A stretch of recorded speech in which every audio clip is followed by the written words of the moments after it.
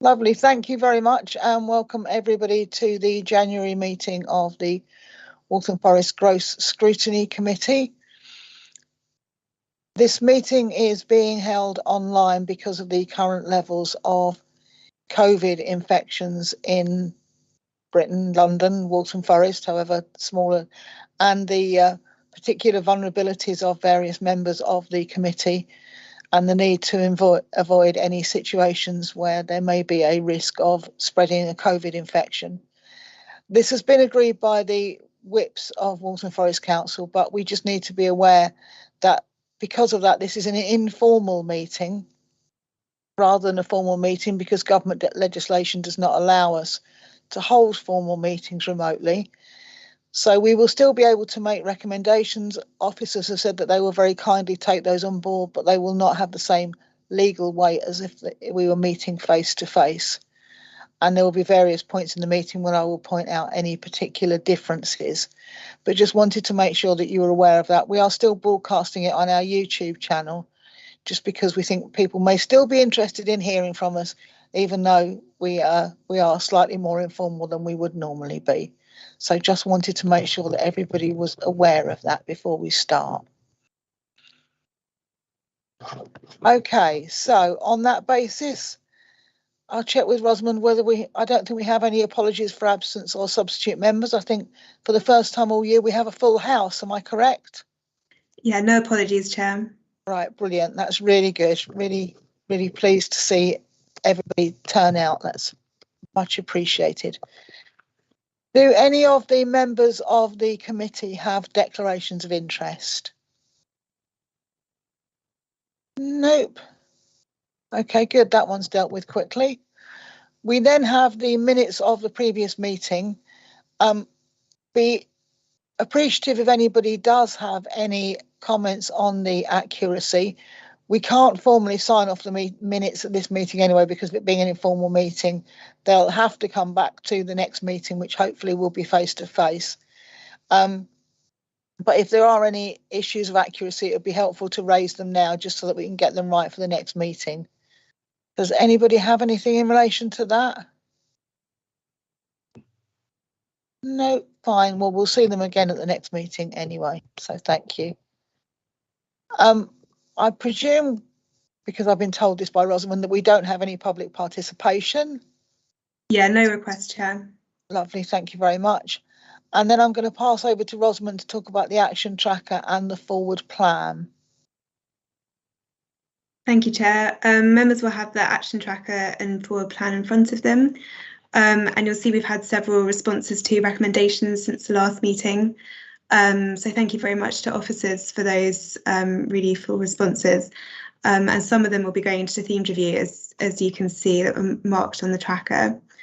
I think there was a question at the last meeting about potentially adding an extra item on young people and community cohesion, which we haven't managed to find a slot for at this meeting, but we'll speak to the chair about maybe at the next meeting, or potentially at a later date adding into the forward plan.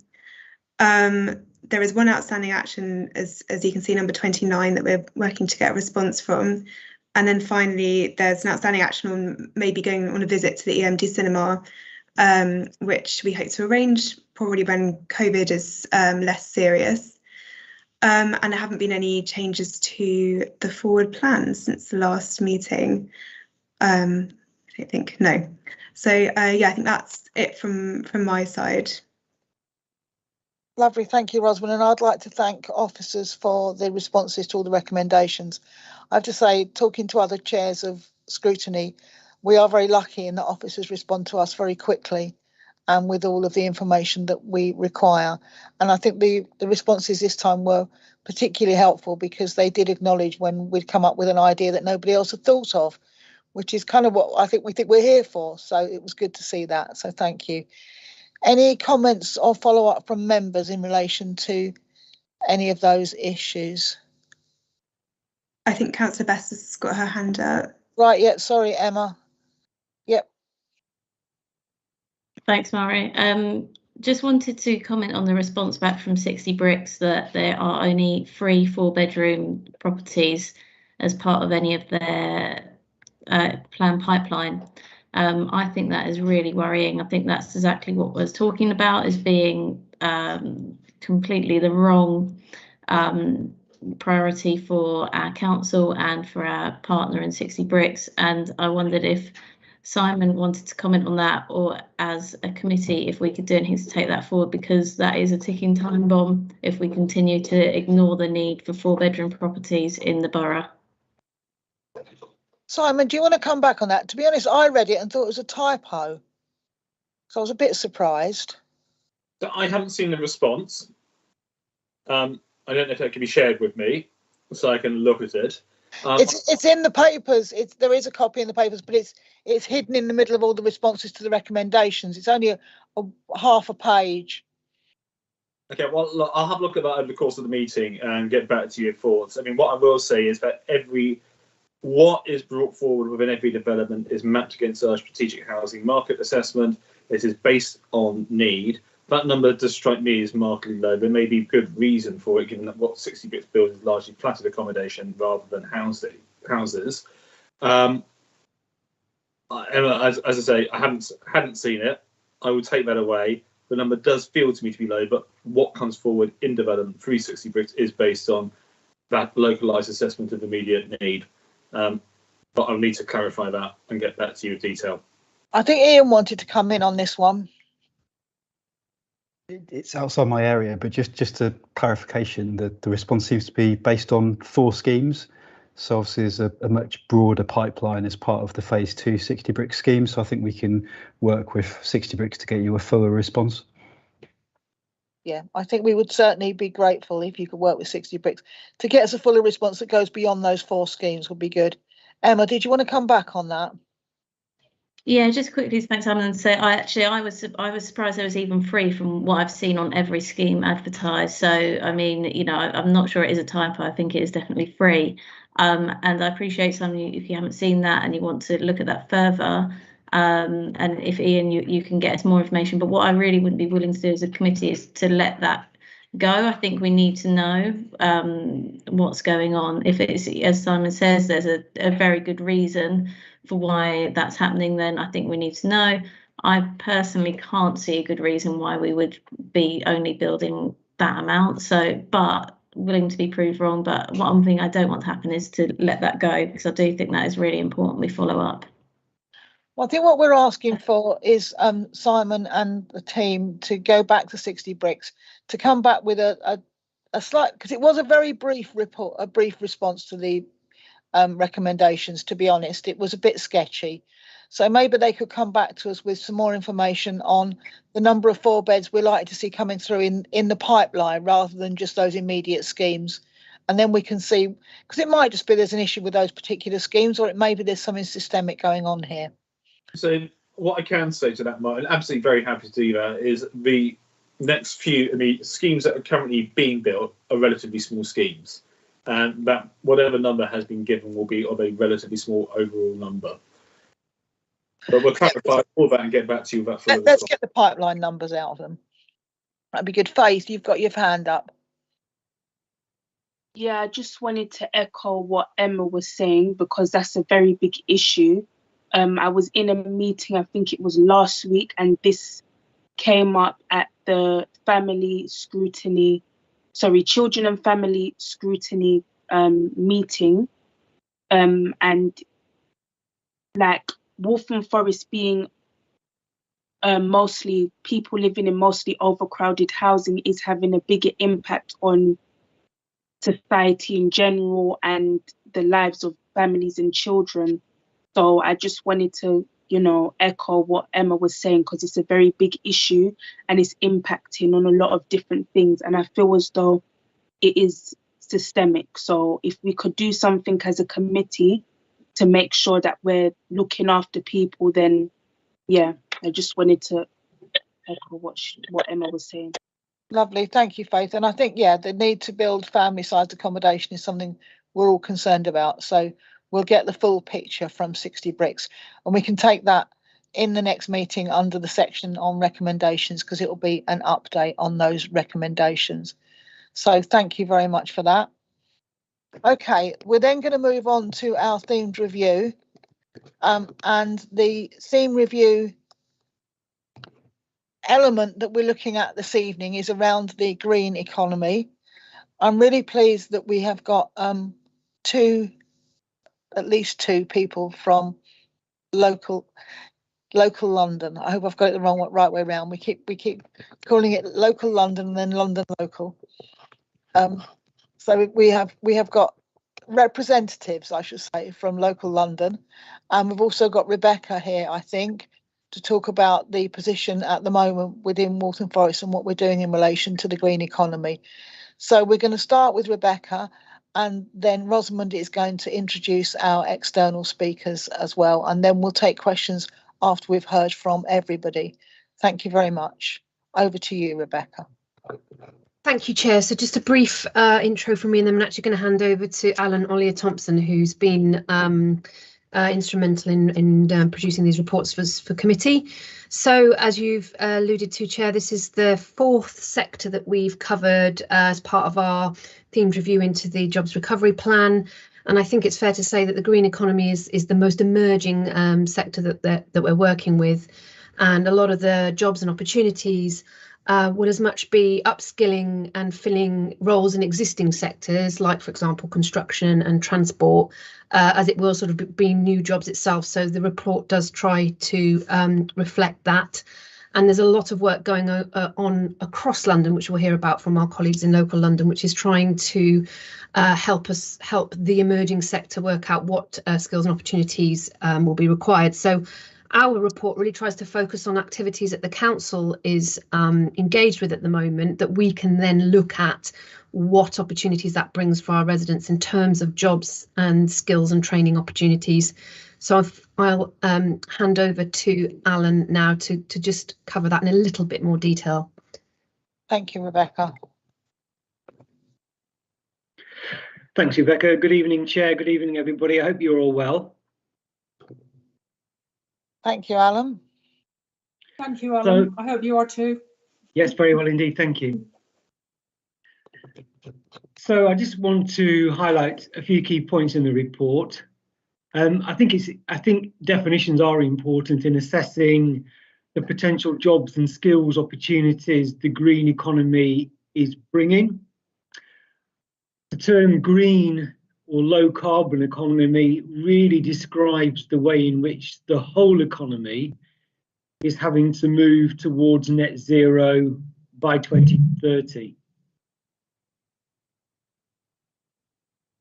Within the wider economy, there are two important sectors that enable this wider decarbonisation. These are environmental goods and services, and the report describes a little bit about what that constitutes, and low carbon and renewable energy. The report also describes what we're doing as a council to exploit the employment, business and skills opportunities that arise from decarbonisation. And you can see there are good opportunities for both better paid and higher skilled jobs, as well as those at lower levels. And just wanted to thank Sheila and colleagues at Local London for that really helpful briefing, which also highlights in more detail the things that are described in the report that we put together for the committee. I think an important driver of note for new employment and skills opportunities, specifically in Waltham Forest, is retrofitting our ageing stock of housing. And you can see the contribution that housing is making to carbon emissions locally. And this has received welcome stimulus from the recommendations of our Climate Change Commission and our planning policies. And I think our colleagues in planning have done some really good work in the local plan to drive that, as well as the Climate Emergency Commission. I think retrofitting also brings benefits from the obvious crossover with construction, and members will note the report they've had previously where they considered this sector. There's excellent opportunities. There's excellent examples of local skills providers exploiting opportunities arising from the greening of the economy. And just to highlight a few for you there, the partnership represented by Gester, which is the Green Employment and Skills Training Alliance, especially LASK and heat source pumps, for example, and the college are doing some really interesting things around electric vehicles and training associated with that. I think in response to the opportunities decarbonisation is bringing, the council has developed an excellent track record, and you can see from the report the broad range of things that we're doing, which actually reflects the breadth of opportunity that decarbonisation is bringing locally.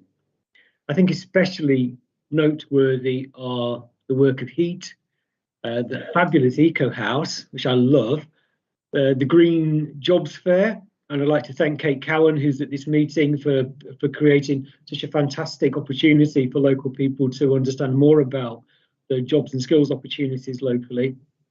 And the rise of local food processing, with particular emphasis on brewing, which is happening down on Black Horse Lane. So that's really excellent as well. I just wanted to finish off, Chair, by just noting what we'll be doing during 2022 to build on this track record, and promoting green careers to young people through our academies programme will be an important activity. Having a focus on helping small businesses to decarbonise, I think they do need a lot of support with this agenda. And I'm delighted to say that our adult learning service will be delivering a new suite of courses in the new academic year, including sustainability awareness, which is something that we all need to be good at in order for everybody to make their contribution. I'll finish there, if I may, Chair, and hand back to Rebecca. Sorry, Alan, I think back to you, Chair. Thanks, Rebecca. So anything you wanted to add, Rebecca? No, Chair, I think that's back to you. Right, lovely. Thank you very much. And thank you very much for that, Alan. That was short, sweet, but on the nail. So much appreciated. So I'm now going to hand over to Rosamond, who's going to introduce our external colleagues who've been good enough to come along this evening. Thank you, Chair. I mean, I'll let them introduce themselves, but we have Sarah Murray, who's the Director of Local London, Sheila Whedon, who's the Head of Policy, and Lorraine Williams, who's their Green Innovation Lead. So thank you very much. I'll let them introduce themselves and what they do. Thank you, Rosamond. So over to you, colleagues. I'm just going to very briefly introduce myself, Chair, and really to pass over to my colleagues who are really providing the detail for your scrutiny session this evening. Just very briefly, for anybody who hasn't been working with Local London, we're one of the 4 sub-regional partnerships, and Waltham Forest is one of 8 partners, 8 borough members of Local London. And this work falls in a broader context of work that we're doing both to amplify and advocate on behalf of the sub-region, but also engaging and bidding in for funding programs. So this is really part of a broad context where we're supporting boroughs' work on getting people back into employment, soft skills, as Alan was talking about, in relation to careers, and supporting schools and colleges, encourage young people to get the right skills for those new opportunities that are emerging. And then we also do work around harder infrastructure like digital infrastructure and getting ducts, public infrastructure, into places where there is none, and then other work around supporting SMEs. Especially in relation to upskilling in the digital agenda. But I think I'd love to hand over next to Sheila, who's really led this work on behalf of Local London, has led the bidding process and steered the work, engaging with colleagues in the GLA, and you'll hear about the really interesting findings that are starting to emerge from the Local London perspective. But I'll sit here, and if there's more other questions you'd like to ask about our work, happy to add a little bit later. Thank you. Thank you, Sarah. So over to you, Sheila. Thank you, Chair, and thank you very much for the invitation, Chair and councillors. We're delighted to be here. Local London always tries to add value. We're about not repeating what local authorities do, but bringing our partners together to see where can we add value. And the national agenda for green jobs and skills that came through the national task force started to really crystallise some of the things that we needed to do locally, some of the actions that we needed to do locally. And we thought that a green jobs and skills partnership was the ideal vehicle for us to really bring partners together to make change happen, rather than trying to bring partners together from FE, HE, local authorities, employers, to look at skills in a very broad sense. We said there's an opportunity here that's been highlighted by the National Task Force and by the GLA through the Green New Deal. There is a real opportunity for growth here, but being passive is not the answer. We need to be really proactive and go out there and actually find the opportunity.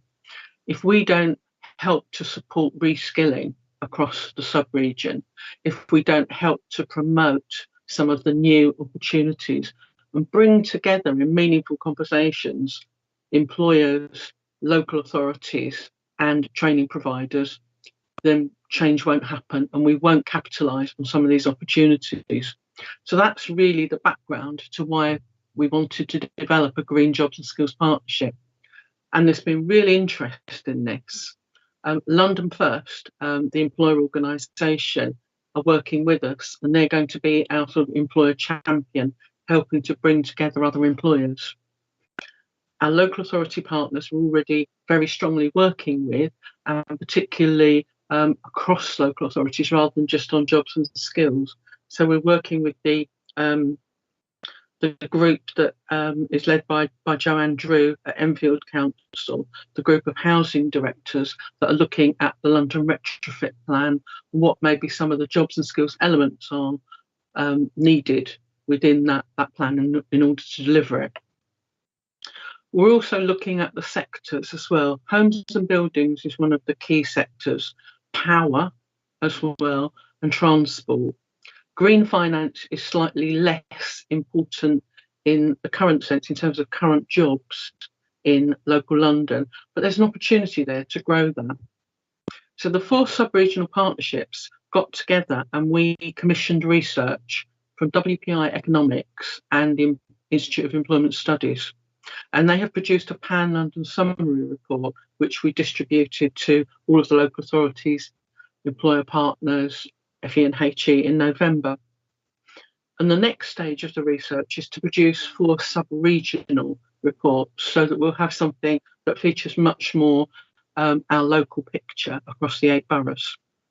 And the idea of the research is not just to provide us with the evidence base, but actually some very strong recommendations coming out of that report for action.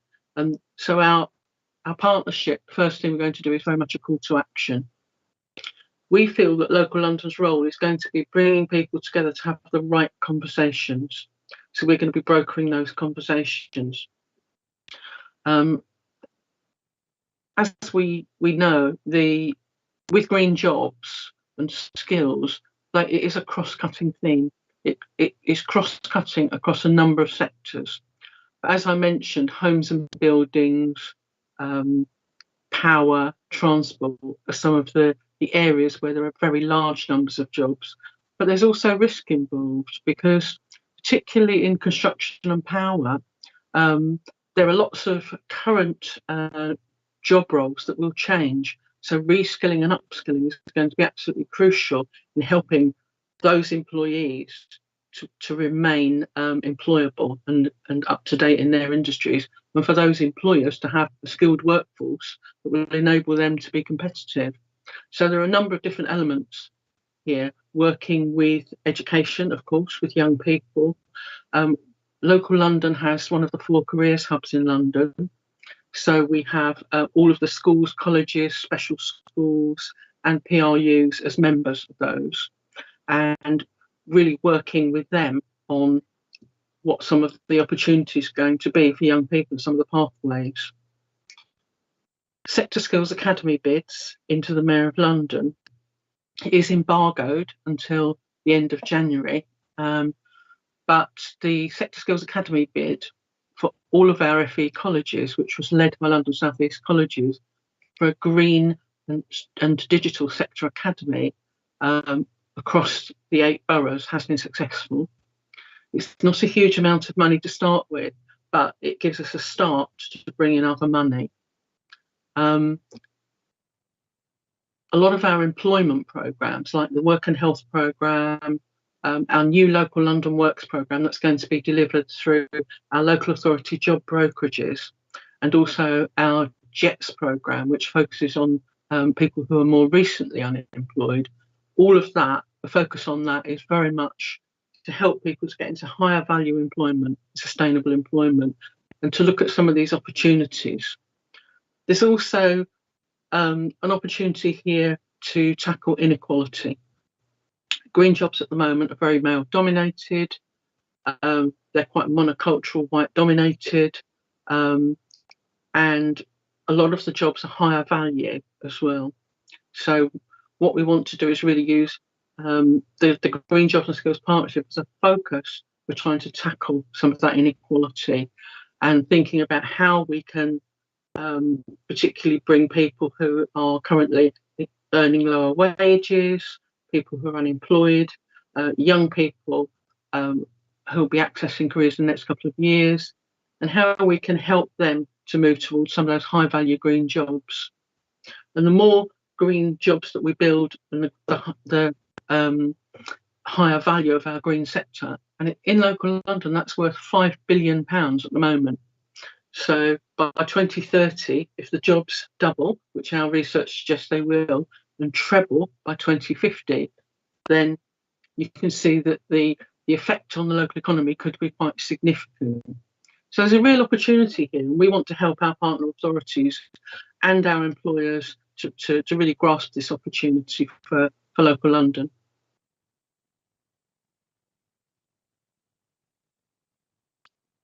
Lovely, thank you very much, Sheila.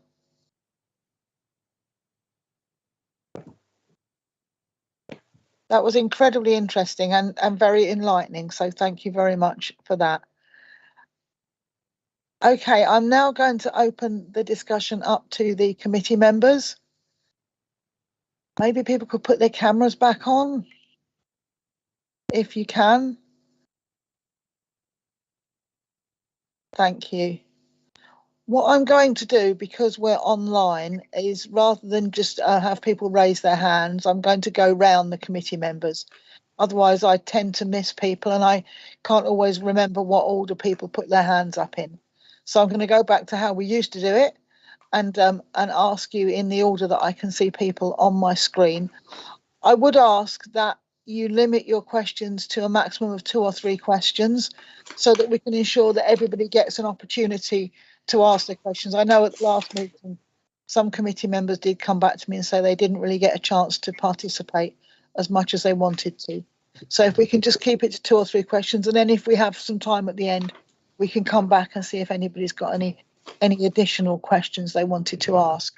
So I'm going to start with first person on my screen, Councillor Steve Terry. Anything in particular that you wanted to raise or ask either of the council officers or of our colleagues from local London? Thanks, Chair. I think the thing that I'm particularly interested in is, and I think it was covered by the speaker from local London, was the issue about how we make sure that people are able to participate in what is a new and growing part of the economy by effectively being retrained. And I think one of the features of the economic restructuring that happened in the 80s is that lots of people were left behind as a result of the failure to support and intervene and help people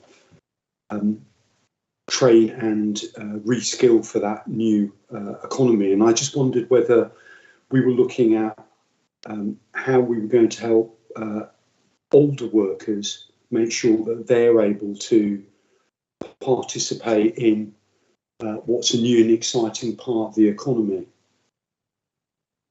I think maybe if Sheila can come back to us in relation to her view, and then Rebecca and Alan, maybe if you could say something about what the approach is going to be in Waltham Forest. It was probably one of my questions as well was, how do we get that plumber who's only ever worked on a gas boiler to suddenly start working on air pumps? So if we start with Sheila and then go back to Rebecca and Alan.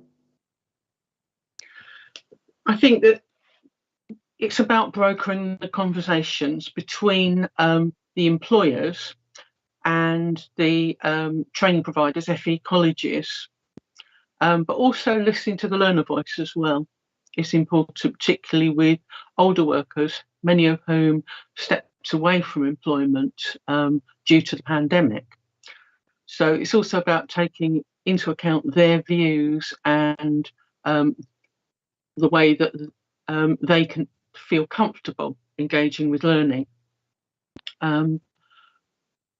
With using, say, the retrofit plan as an example, councils will be letting a lot of retrofit contracts unless there are enough companies out there with employees with the right skills. Then they're going to struggle to let the contracts, and we can also see them subcontracting from other companies around the country rather than from local companies. So it's vital that we broker those conversations quite early, and that we also think about what training somebody who, as you say, might have been in the industry for 20 years and actually doesn't really like the idea of educational training. How do we get that person to engage? And the employers are crucial to that, because they've also got to engage their own workforces in the need to take on this additional training. But training now is so flexible compared to what it used to be. You don't have to go to the college and sit in a classroom for everything. It can be delivered in the workplace. So it's also about finding the right way to deliver the training.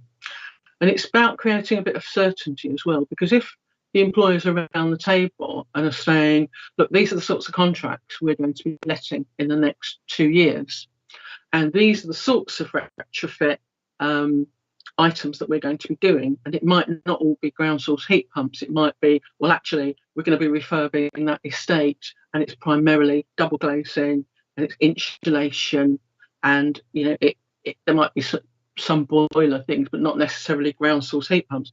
So then that gives the training providers a bit more information about what kind of training the employer is going to be looking for, and that then gives them a bit more comfort in terms of investing. Because there is a big investment for colleges in this, and they need to know that there are going to be learners there, and that really helps to drive everything then. Because if you've then got everybody around the table having that conversation, you start to make things move, and the reskilling happens. I think with the over 50s as well, we're getting a small amount of money from the GLA for an integration hub, because there is an understanding now that with all these different programmes delivered by the DWP, different things going on all over the place, that it's quite fragmented. So if somebody wants to find out information about what is available in local area in terms of employment support, etc., sometimes it's not easy for them to find the information. So what we're going to do, we're going to focus on some particular target groups to look at the journey, the participant journey for someone, for instance, who's out of work, and how they get back to work, and what some of the barriers might be, and some of the perceived barriers. And the over 50s is one of the groups that we're going to focus on, because we've looked at the universal credit claims, and we've seen that in certain boroughs, the claims are very high for the over 50s and have been since the start of the pandemic. So that's a group that we need to focus on and say, are there people out there who lost their jobs but actually just don't have the confidence, don't want to go back into the employment market, and how can we help them and say to them, actually, there are lots of opportunities here. So there's quite a lot of different work, I would say. Thank you very much, Sheila. It was a very comprehensive response. Rebecca or Alan, would you like to say anything about what's actually happening on the ground in Waltham Forest in relation to that reskilling situation? Yeah, so just very quickly, sort of adding on to what Sheila was saying. So we need to look at our adult education budget, both our own, and Alan mentioned earlier how we're adapting our own adult learning services to start tackling climate emergency agenda in a small way, but it's all building up to the same thing. But also working with partners such as our colleges and other providers to use the flexibility of that funding stream to really support older learners to do smaller, shorter courses that enable them to retrain, because they've probably got the core skills they need. They just need an update in terms of some of the bolt-on skills, because as I said at the very outset, a lot of the people we'll be talking to will be in construction or transport, and they just need that upskilling, which could be quite short and discreet to help to enable them to access new forms of employment. And just one other aspect that I'd like to highlight is also, you know, as a borough, we've got a strong prevalence of self-employed people. So a lot of the plumbers and the electricians who will be part of this sort of electrification of our homes and our vehicles are in that self-employment bracket. So it's about making sure we've got the right sort of enterprise and entrepreneurial support as well to help those businesses, the sector of small, tiny businesses, sort of grow into that sector as well. So it's just, and then that involves making sure that we're doing that in a way that doesn't take them away from their job during the day, and we enable them to do things at the right time of day. So there's lots of sort of different ways of looking at this. And I think it's just like we would with young people as well. It's about showing what those career pathways are and showing how, you know, they're vital to our economy, and that individuals can, you know, make a living from doing that as well. Thank you, Rebecca. I think, Simon, Councillor Miller, you wanted to come in on this. Yeah, thanks very much, Mike. I'll be really quick on this. It's obviously a huge priority for us. It's front and centre of our whole reset programme. So the trading and jobs brokerage schemes that we've spoken to before are all about the green economy. You asked a really sensible question, Mari, around what do we do about the engineer who's always worked on carbon intensive heating previously, and now they need to work on air pumps. So the gas engineer, well, they can go to the London Sustainable Construction College in our borough and access training there. And we work with all our community partners to help get the message out there to make sure those training opportunities are readily available and easily accessible, particularly to those who are furthest from the job market. Lovely. Thank you very much, Simon. Some comprehensive answers, but I think definitely a feel there that the view of the committee is that there should be a particular emphasis on reskilling, particularly in construction and transport and motor industries. So thank you very much for that. Okay, the next person going round my screen is Councillor Best. Emma. I'll leave questions for others because I'll probably take more than allotted time later. So, okay, thank you very much. Take more time than later. Okay, the next person is, I'm going to go to Faith, then I'm going to go to Selena. So Faith, first of all. Thank you. So first of all, thank you for explaining it so well. I just wanted to say that I think that like what everybody's saying, I think you should upskill the current people working in that field, and, you know, give them a chance to learn. Also, in terms of jobs for young people, is there opportunity for progression? And also, will there be, because a lot of young people are into entrepreneurship and owning their own business, so how would you cater to that? And how are you reaching people who are difficult, who are deemed as hard to reach? So maybe, you know, speak to young people who have been to prison and who need a job, and people who are at risk. I think that's everything. And also, I don't know, actually, I'll save the other question until after if I get a chance, because I don't want to take away from the topic. Thank you. Thank you, Faith. Rebecca, do you want to go first on that, and then Sheila add it in from a local London perspective? Yes. So in terms of attracting young people into the sector, so part of our future programme. I hope you can still hear me. I'm getting suddenly okay, good. So as part of our future programme, we have a Future Innovators programme, which is all about trying to highlight green jobs of the futures to our young people. So not just the sort of upskilling of existing sectors that we've seen, but really thinking about the sort of innovative part of the sector, which more where technology might support new green jobs that us in this meeting right now have never even heard of. But that's definitely, you know, things coming through, and in fact we've seen some real innovation, for example, in our borough around vertical growing, for example. So there's in Argyle, in Leighton, in industrial sheds, there's lots of herbs and salads being grown for restaurants across London. So there's real innovation being shown there. And then in terms of that progression route, this is where we're really working with partners, including Department for Education and the Institute for Apprenticeships, around pushing them around new apprenticeship standards that really talk to the green agenda. And I think it's fair to say that there is a bit of catch up going on there at the moment. And as the sort of education sector sort of begin to really address this agenda, but I think it's all going to move quite quickly in the next couple of years. So you'll start to see real progressions in certain careers, which we've, through our programmes and through our education in school and places like Suntrap, where we're really trying to focus on climate emergency issues, we'll be able to really promote that agenda with our young people.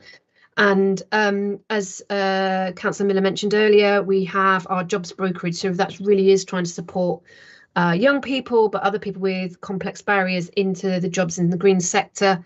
And just to give you an example of where that's really working, through the Kickstart programme that we've been running, we've had 30 Kickstart placements in a company called IZ Energy, which is delivering on the retrofit agenda at the moment.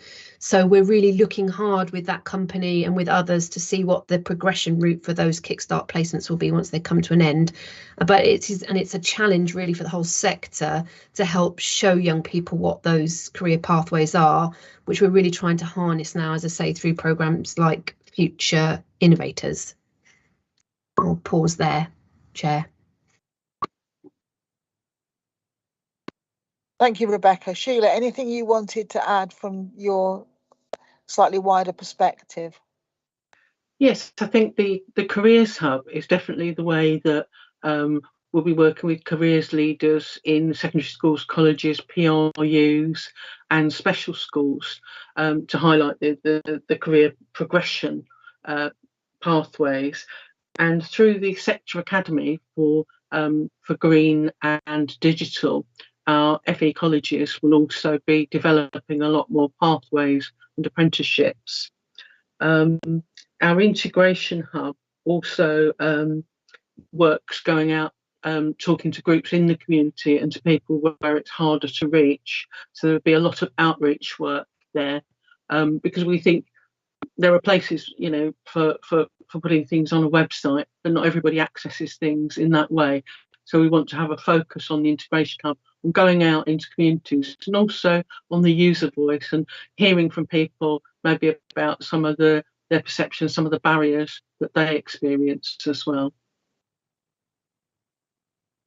Thank you, Sheila. And I think we're particularly pleased to hear about the work that's going on in terms of reaching out, because you can't always expect people to come to you. So really interesting. Thank you very much. Selena, you were next on my screen. Thank you. Right, so I was really pleased to see about the eco house, but I just wondered why we've only got one eco house, and why we don't actually have eco developments, and why we're not really pushing the boundaries here. My second question is, what do you see as the biggest risks to your strategy?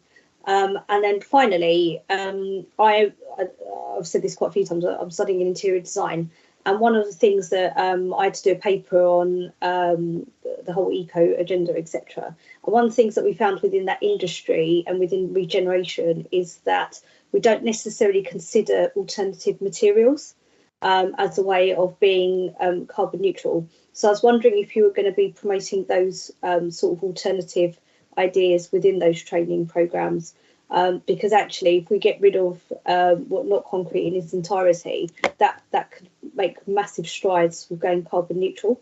And there are other materials you can use. You can use recycled wallpaper. There's obviously upcycling of furniture from a commercial perspective, because at the moment residents do it as a hobby. So I just wanted your opinion on that. Thank you. Shall I kick off? Because I think the first. I was about to say, Councillor Miller, I'm going to batter some of those to you because they're interesting, but not necessarily completely within Rebecca's remit.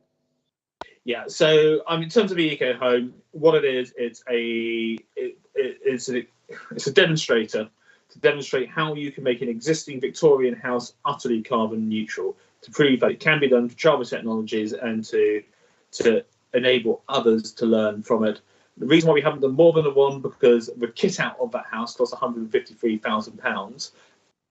We do, though, incentivise completely carbon neutral development through our local plan. So new development, as it's come forward, will be, over the course of its lifetime, carbon neutral. That's the whole point of all of the green policies within that local plan. So it's absolutely core to what we want to achieve. In fact, we're looking at how we can flex that further to bring in biophilic design standards and design principles into new building, i.e. so you weave a green amenity through the structure of a house. So you see examples of it in California in particular, but in lots of South American places, in Barcelona as well. It will be different because we are London. There are different drivers behind it, so it will be much more how you use green to protect against flooding through suds and swales and green roofs and other types of things, but very much bring the green into the fabric of the building. In terms of upcycling use of alternative materials, Clive would love to talk to you about this, I'm certain, because upcycling is an absolute passion of his, and we do, as a council, we organise a upcycling workshop, upcycling exchanges across different venues across the borough. That sits with Clive as part of his portfolio, but we happily go to him to get some further detail on that for you. Thank you. Yeah, and let's give Clive the opportunity to talk about that a little bit. So maybe we could, as part of the outcome of this, ask for a short briefing on what we're doing in relation to upcycling and reusing rather than recycling. Lovely, thank you very much. I'm going to go to Mohammed, Councillor Asgar, then I'm going to go to Sally. So, Mohammed, anything from you?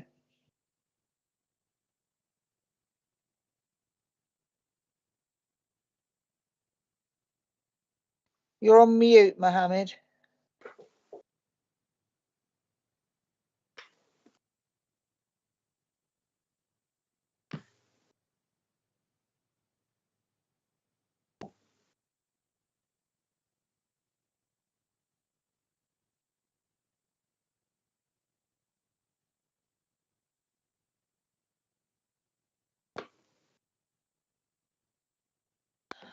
Sorry. Brilliant, good. Yes, what sort of support is available to the young people on the green economy?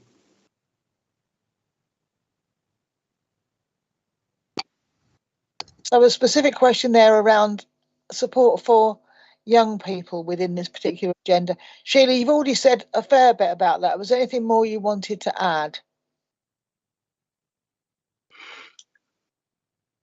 I think just to say that with the Careers Hub, one of the areas that we're working strongly on is ensuring that careers programmes in schools are fully comprehensive and meeting the needs of all young people. So that's one of the things that we're supporting the careers leaders in schools and colleges with.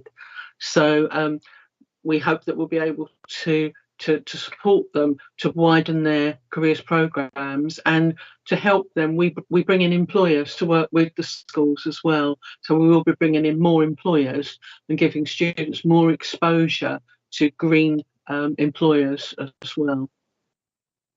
Thank you, Sheila. And are you doing that across all of the boroughs that you're working in? Because it's something which has come up in this committee before, is our concerns, because each meeting we're looking at a different aspect of employment, and concerns about the fact that the careers service is sometimes a little behind the times, I would say, has been raised before. So is this something you're doing right across the board? Yes, and we're working with in Waltham Forest with the careers cluster as well, and we're making sure that we really integrate and don't duplicate things, so that we can make sure that the offer to schools is really comprehensive and it's integrated.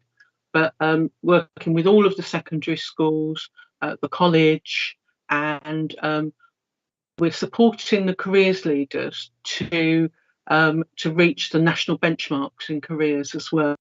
And in order to do that, to meet all of those benchmarks, they do need to make sure they've got really comprehensive careers programs across the whole school, so that all young people from year 7 upwards will have a number of careers interventions and opportunities with employers. That's excellent. That's really good news. Thank you. Rebecca, anything you wanted to add that you haven't covered already? No, I was going to talk about careers as well in answer to that, and it's something that we're really picking up with our colleagues in the education department through our post-16 strategy, and as Sheila says, really dovetailing in different careers offers, so that we're making sure that every secondary school gets the opportunity to access that sort of advice and guidance and get access to the employers, which, as Sheila says, is really crucial as well in terms of opening young people's eyes about what the opportunities are. Brilliant. Thank you very much, Rebecca. I'm now going to go on to Sally. Councillor Littlejohn. Thank you, Marie, and thank you to Rebecca and Sheila for your reports. There's a whole lot of information here, which we could go into in huge detail, but and I'm not quite sure who to address my first question to, which is about in terms of, well, it relates a little bit to what Selina was talking about, sustainable design and construction. We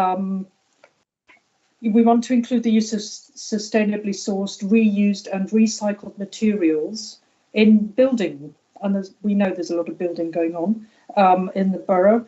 And where feasible, demolish material. I'm just wondering, has any organisation started measuring how much is being recycled or reused in the building industry? I think that would be a really interesting. Well, it would be good to measure that because of the extent of the building that we are doing at the moment. And my other question. Oh, sorry. No, don't worry. You get to come up with the other question. I'm going to put the first one through to Simon again.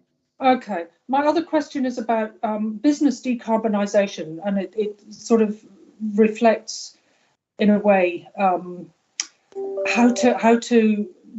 Well, we've talked about we want to try and get people with skills to kind of reskill so they can, do their work, but in a green way, as it were. So how can we persuade businesses and support them actually to actually reduce their emissions, and to also, how are they going to deal with the costs of that as well? Because that is going to be quite an issue, I think, for a lot of our businesses. That's my questions. Thank you. Thank you, Sally. The first one I'm going to put through to Simon, and then we'll come back to Sheila and Rebecca in relation to working with small businesses. So in our contracts, when we're directly procuring for our developments, or when we're working with development partners to build, recycling targets are part and parcel of that process. I'll give you an example of it, not in terms of what we build, but in terms of what we stripped out and knocked down. If you look at the town hall redevelopment, of the work that's been done so far, 99% of all materials that have been removed from the town hall building to enable its reconstruction have been recycled. Obviously not into a new building, but into supply chains, into aggregate and things like that, which are then used in other building projects. But again, planning policy, the suites of planning policy, the requirements for buildings to be green and sustainable, put incentives on developers to use as many recycled materials as possible. They are now, as a consequence of changes in GLA policy, subject to, I think it's a future green rating. It was announced over the Christmas period. I've forgotten the acronym, but that further and the development is then scored, and that is a public scoring on the basis of its green amenity, including its use of recycled materials. That places further incentives. There's the whole range of mechanisms that help ensure that as many recycled materials are used as possible.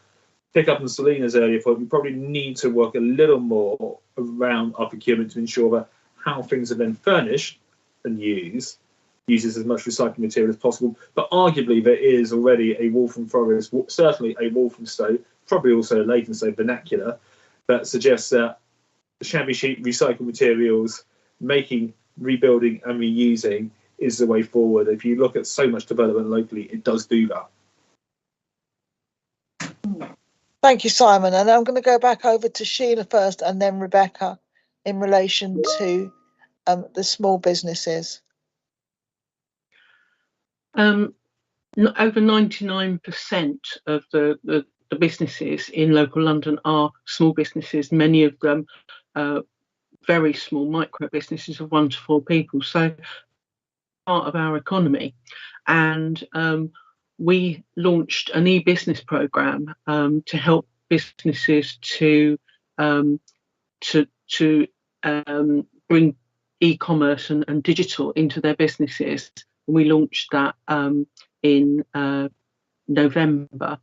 And so that program is just starting to pick up. And we're working very closely with colleagues in Waltham Forest Council to implement that. And I know that will complement the programme and the offer to businesses already, which Rebecca can probably talk more about. Thank you, Sheila. It's a good segue into Rebecca. So just picking up on that segue, yes, we're through. I think most business support programs now that we commission or delivering will have some sort of sustainability or zero carbon element to them now. And actually, it's quite heartening that most businesses that we speak to this is quite high on the agenda. Of course, there will be some where it's not. I think addition to the business support side of things, we need to get the infrastructure right. So that's where the planning side and planning policy comes in. So making sure that our digital infrastructure is good enough so that businesses can switch to digital channels which are less polluting, and obviously then as we move away from gas to electric as well, making sure that that infrastructure is good enough to enable that, particularly in our industrial areas. I think there is an issue which is a similar sort of issue to housing, actually, where a lot of our businesses are in in rented leased accommodation. And so we have to work with the landlords in order to enable them to think about their sort of their buildings and how we decarbonise those. And I think that is probably going to take some more top-down policy from government to help businesses really think about their accommodation in a similar way that we're already starting to see levers around transport and, you know, things like ULEZ and other things nudging businesses towards more sustainable forms and less polluting forms of transport and logistics. So there's sort of carrots and sticks, I think, with this. I think it would be good if we are trying to explore how we can lever in funding to help businesses decarbonise and also help them build business cases for their own business so that they can understand what payback periods, etc., would be for doing certain interventions in their property and their fleets, for example.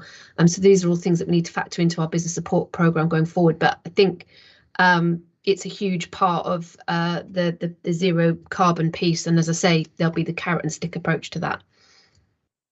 And Rebecca, how do we encourage more businesses to either move into the green economy or to start up within the green economy? So I think there's two elements to that. It's probably more than two, but two spring to mind. One is in terms of moving into the green economy. That's about working with our existing sectors and a bit like what we were talking about earlier, enabling those business owners and entrepreneurs to upskill into the green agenda. So I'm particularly thinking around logistics and construction there as areas that we're quite strong as a borough, and we definitely will see that. And I think Sheila's report highlights power and energy as well, and got to think about some of the levers and businesses in our borough that can help with that. And also, I think what's already happened is around the sort of circular economy and the sort of waste and recycling agenda, and our increasing number of sort of recycling businesses, particularly tucked away in our industrial areas. And then on the entrepreneurship side, I think that's where we are a borough of entrepreneurs, many of them digital entrepreneurs. We're seeing like digital apps and other things. We have a company in Walthamstow called Ripple Energy, which is all about supporting solar and wind powered energy elsewhere in the country, but really trying to it is actually trying to finance that through people buying energy in our borough. So it's sort of thinking about that sort of digital angle to the new technology, and to do that you need to provide the right sort of business space that we're doing through some of our master planning exercises, particularly in our industrial areas, but also in our town centres and other employment areas as well. Lovely, thank you very much. And last but not least, Raja, Councillor Anwar, have you got any questions you wanted to ask? Yes, hello. The one thing I would like to know is that because of this pandemic, the local businesses, they are really struggling, really struggling, because I've been go to the local high street as well, and they are most of the time they are stopping me and asking what the council is going to do about us to make us stand on our own feet. But most of them, they are saying that we are about to close our business because we can't put it up with. So is there any support for the local businesses, small businesses, that they could be able to carry on and survive? I think, Roger, that's probably because we're talking about the employment opportunities at the moment. Yeah. Can we just hold that question until we get to the last report, which is on our town centre support? And if I come to you first when we do that one, and we'll take that one at that point, when we'll have Will, who I think might be in the best position to give you a fulsome answer, if that's okay. Yeah, it's okay. Thank you. Thank you very much. Very important question. So I want to make sure we have the right people there to answer it. Thank you. Well, I will just leap in at the end with my one final question. I was very interested, Sheila, in what you were saying about using the work around bringing employment in the green economy in terms of addressing inequality and stereotypes. So I was wondering, Rebecca, what we were doing locally to encourage particularly more women and more people of colour into jobs in the green economy.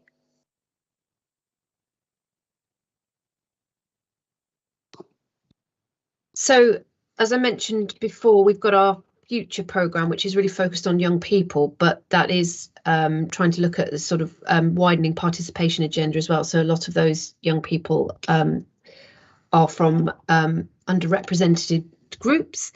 So that's about that sort of career pathways and really shining a light on what opportunities there are in the green sector.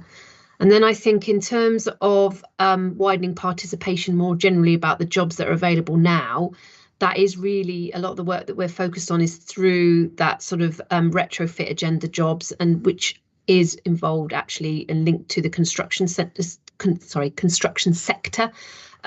which we have talked about at previous meetings. But with that, really engaging with organisations such as Women in Construction and Black professionals in construction to make sure that when jobs do come up, that we're taking positive action to promote those opportunities to those particular groups.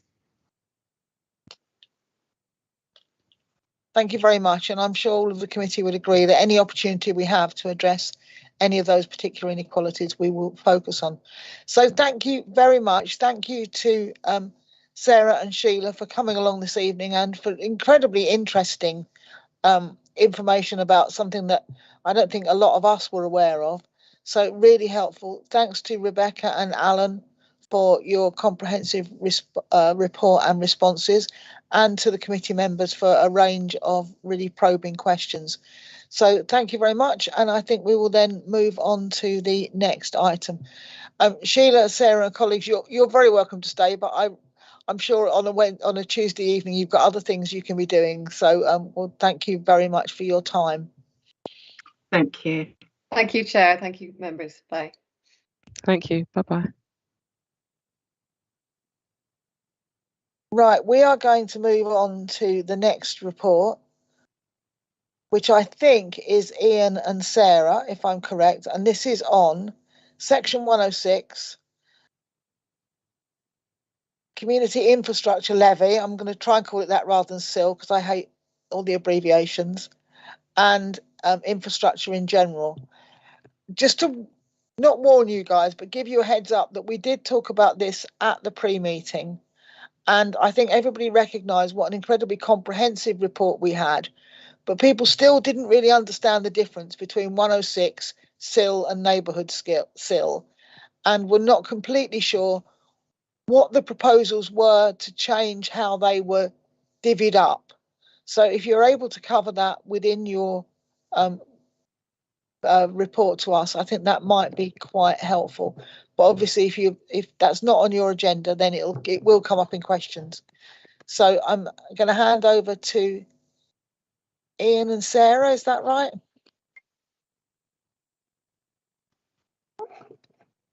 Thanks, Chair. Yes, Sarah was going to lead on the report, although I think she's just lost a connection.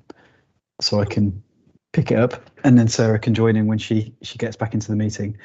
So just to start off with the definitions, Chair. So the Community Infrastructure Levy, with the acronym SIL, is a flat rate charge on all new development across the borough that isn't negotiable. It's almost like a tax, and it's to try and pick up on the cumulative impact of development and all of the sort of collective infrastructure pressures that would put on the borough if it wasn't properly mitigated against.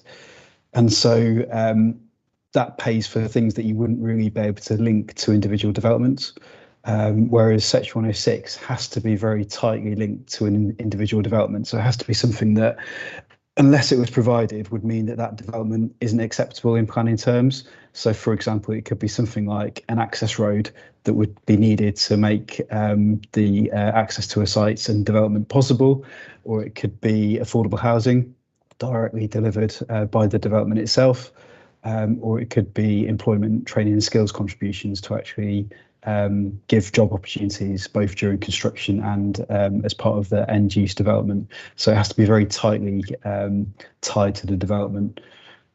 Whereas neighbourhoods SIL, of that overall proportion of the community infrastructure levy, is given to individual communities to actually express what their wishes would be for SILs. It has to be spent in accordance with the community's wishes, and that's typically done by some consultation engagement that Sarah can go into. So it's worth sort of setting those definitions out, which we can go into more detail as we introduce the report. But it's worth just trying to relate Section 106 to something that's tightly fixed to a development itself, whereas SIL is much more about the cumulative impacts of all growth. So I'll hand it back over to Sarah to introduce the report. Before Sarah starts, it's worth adding that the definitions of infrastructure that underpin each of those three charges, both the compulsory ones that make up SIL and NSIL and the negotiated ones that make up Section 106, do overlap to certain extents, but at the extremes they are exclusive. It's easiest almost to think of 106 as immediate compensation or compensatory to the local community. It is to make good some of those changes that come as a consequence of development, and the SIL is money that then contributes to new infrastructure, understood broadly in big project terms. So that could be contributions towards a new railway station, it could be contributions towards new highways or new health facilities. Thank you, Simon. Sarah, glad we've got you back. So it's over to you. Apologies for that, everybody. I felt like I was still in the virtual room the whole time, but apparently I wasn't. So yeah, apologies for that. Hopefully you can hear me, but do just shout if I disappear again.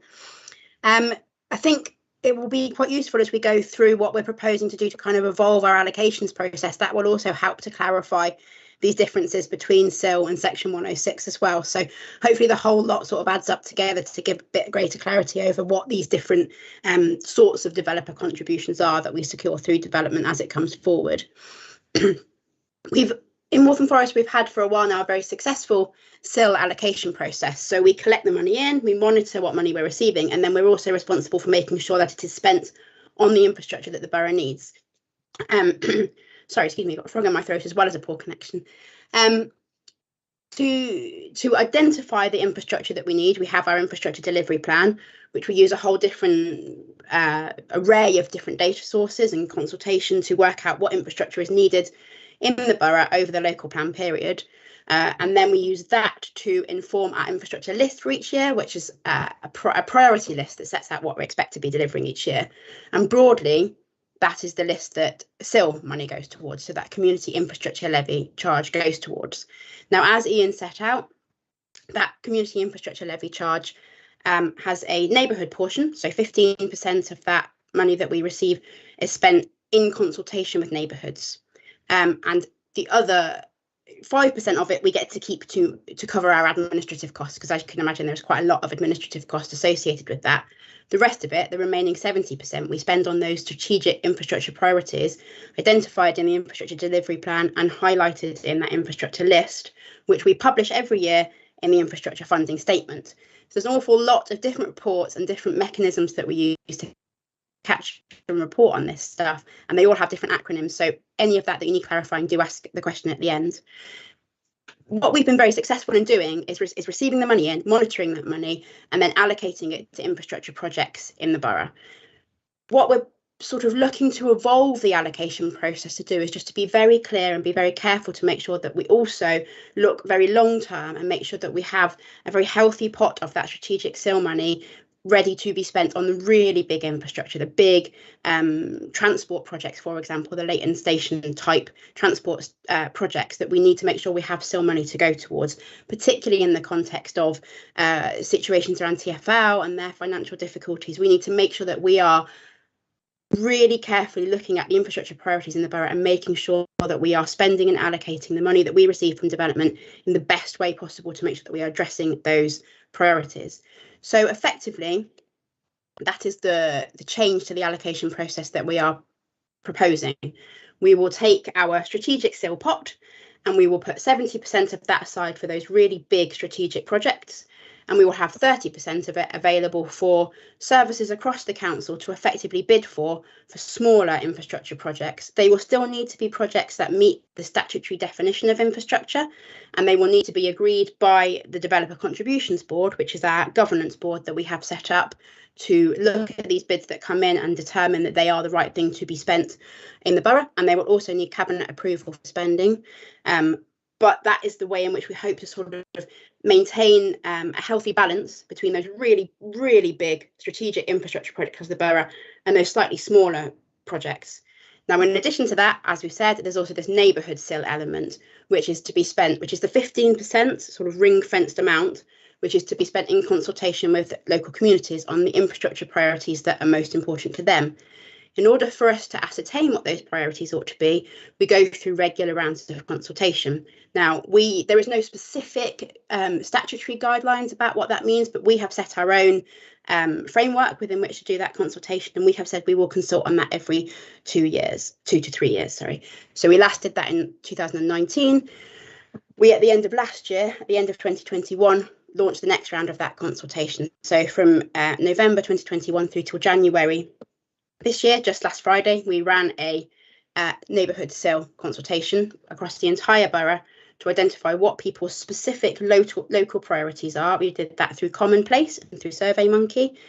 Hot off the press, it only closed on Friday, so we're just working through the results of that, but we had a brilliant engagement level on that. We've had 650 responses, so we've got a lot of responses to work through, but we will use those responses to identify what local people's priorities are for the spend of that neighbourhood CIL, and we can use that then to inform how we spend that money when we receive it. The other proposal that we've got around neighbourhood CIL is that we propose the best way to think about a neighbourhood in the borough and make sure that the money that comes in is being spent in the vicinity of the development that has sort of led to the generation of that neighbourhood CIL money, is to just divide the borough into 3 neighbourhood CIL zones that will line up with the zones in the local plan, so north, central and south. So neighbourhood CIL money that we get from development in the north of the borough will be spent on the priorities of people who live in the north of the borough, similarly for the central area and for the south area. So they're the broad proposals around neighbourhood CIL. oh gosh, I think I've covered broadly everything in the report, and I don't want to talk all night because there's a lot that could be clarified here, but perhaps it's better to put that open to questions and see if we have given any clarity on those matters, or if we need to just take a few steps back and try again. Thank you, Sarah. And certainly I feel like I understand it loads better now. And I feel like I should have understood it a long while ago. And I'm always asking questions about it, but I do understand that a lot better now. So thank you very much. I'm going to go around in a slightly different order because I know at the pre-meeting, Councillor Asgar had a burning question around this, which he was very keen to ask. So I'm going to go first to Councillor Asgar, who is a councillor in Lee Bridge Ward, which has a lot of development and so a particular interest in this. And after that, I will come through to you, Faith. Thank you, Chair. As you said, we have a lot of development, and there are more developments in pipeline actually waiting for which are under consultation. Like three sites close to Lee Bridge Station, they are under consultation. And as you know, we are very short of housing in our borough, and we desperately need new housing. And these developments are very important to reduce the homelessness, you see. Now, the money raised under Section 105, as to my understanding, is to be spent locally for the benefit of the ward, like health, education, and other community areas, but they are to be spent locally. We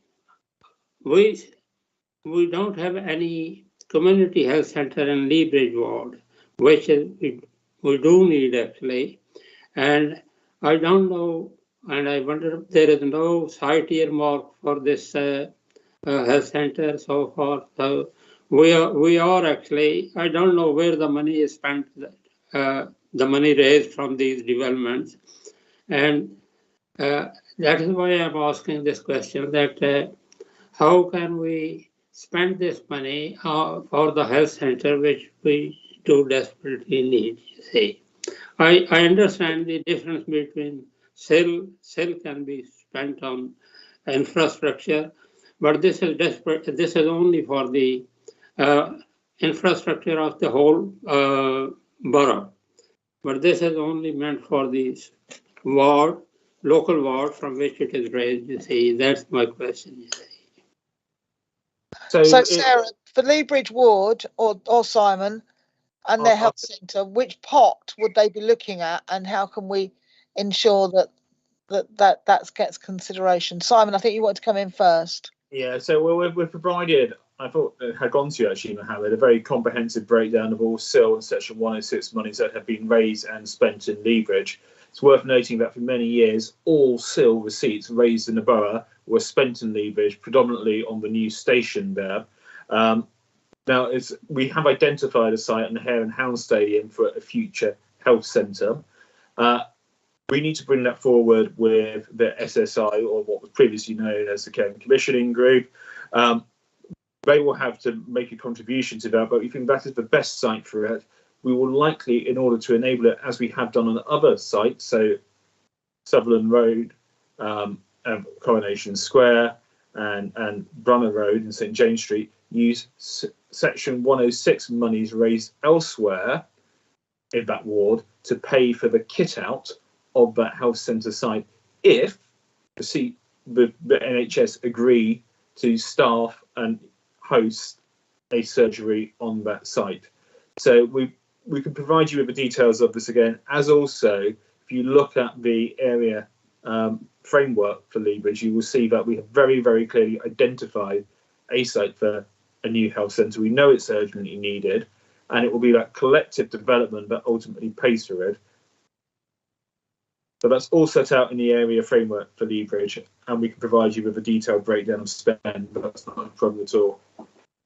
Thank you, Simon. Just for our information and for me to get this all clear in my head, why is that funded from Section 106 and not SIL? So that would be for the kit out of the building. The building itself, because we can provide shell and core, we can provide shed and core at any development. So if you look at any development as it comes forward, it will have ground floor space. That could be, so we could use to completely build a brand new standalone building. We're unlikely to do that. The most efficient way of doing it is have this as part of a wider development, and it would just be a bit of overall construction. You would then use Section 106 monies raised locally to then fund the kit out of that, or you could do it through that development if there was enough money within the development to be able to negotiate that Section 106 agreement. Right, okay, that makes sense to me. Mohammed, you wanted to come back on that? Yes, Chair. While we are discussing still money, I understand that the transport strategy in 2018 includes the transport strategy includes the latent tube capacity improvements and step-free in the Leighton Central Line station, and also for the Waltham to Central station improvement. Since it is about 4 years now, but I don't see any action toward these improvements. You see, as far as Leighton is concerned, or Waltham Central Line is concerned, you say. So what is happening? I just want an update on these two stations, you say. So Walthamstow Central Station, the work on that will be brought forward as part of the Moor redevelopment. That is only starting, I think, the hoardings go up next week or thereabouts, so it will take place from this point on. There's obviously been a pandemic and a massive TfL funding crisis, in which TfL is living hand to mouth and only has enough funding to continue services for the next 3 weeks.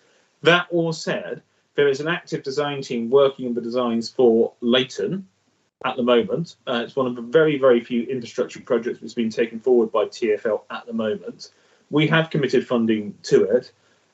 We didn't agree the final detail of a deal with TfL until, God, it was about a week before the first lockdown, wasn't it, Ian? Thereabouts. Yeah. And detailed design appraisal has been done up to that point, but taking note of the fact that TfL's resources have been very, very stretched throughout this whole period. We're now going through a process of design appraisal with best options being considered. That work needs to go to TfL's board. It takes a very long time to build a station. Thank you, Simon. And as a member of the TfL board, I will refrain from commenting on that. I'll await it with interest and declare an interest when it does come through to the board. Thank you very much for that. Thank you, Mohammed. Faith, you were next, and then I'm going to come through to Emma. Thank you. I wanted to say, how are you measuring the impact of the infrastructure? When after you build it, do you then go back to the local people and say, has this helped you? Like, how are you measuring that? I did want to make a point about engagement, but you said that you do engage with the community, but does all community members have access to you when you're making these decisions?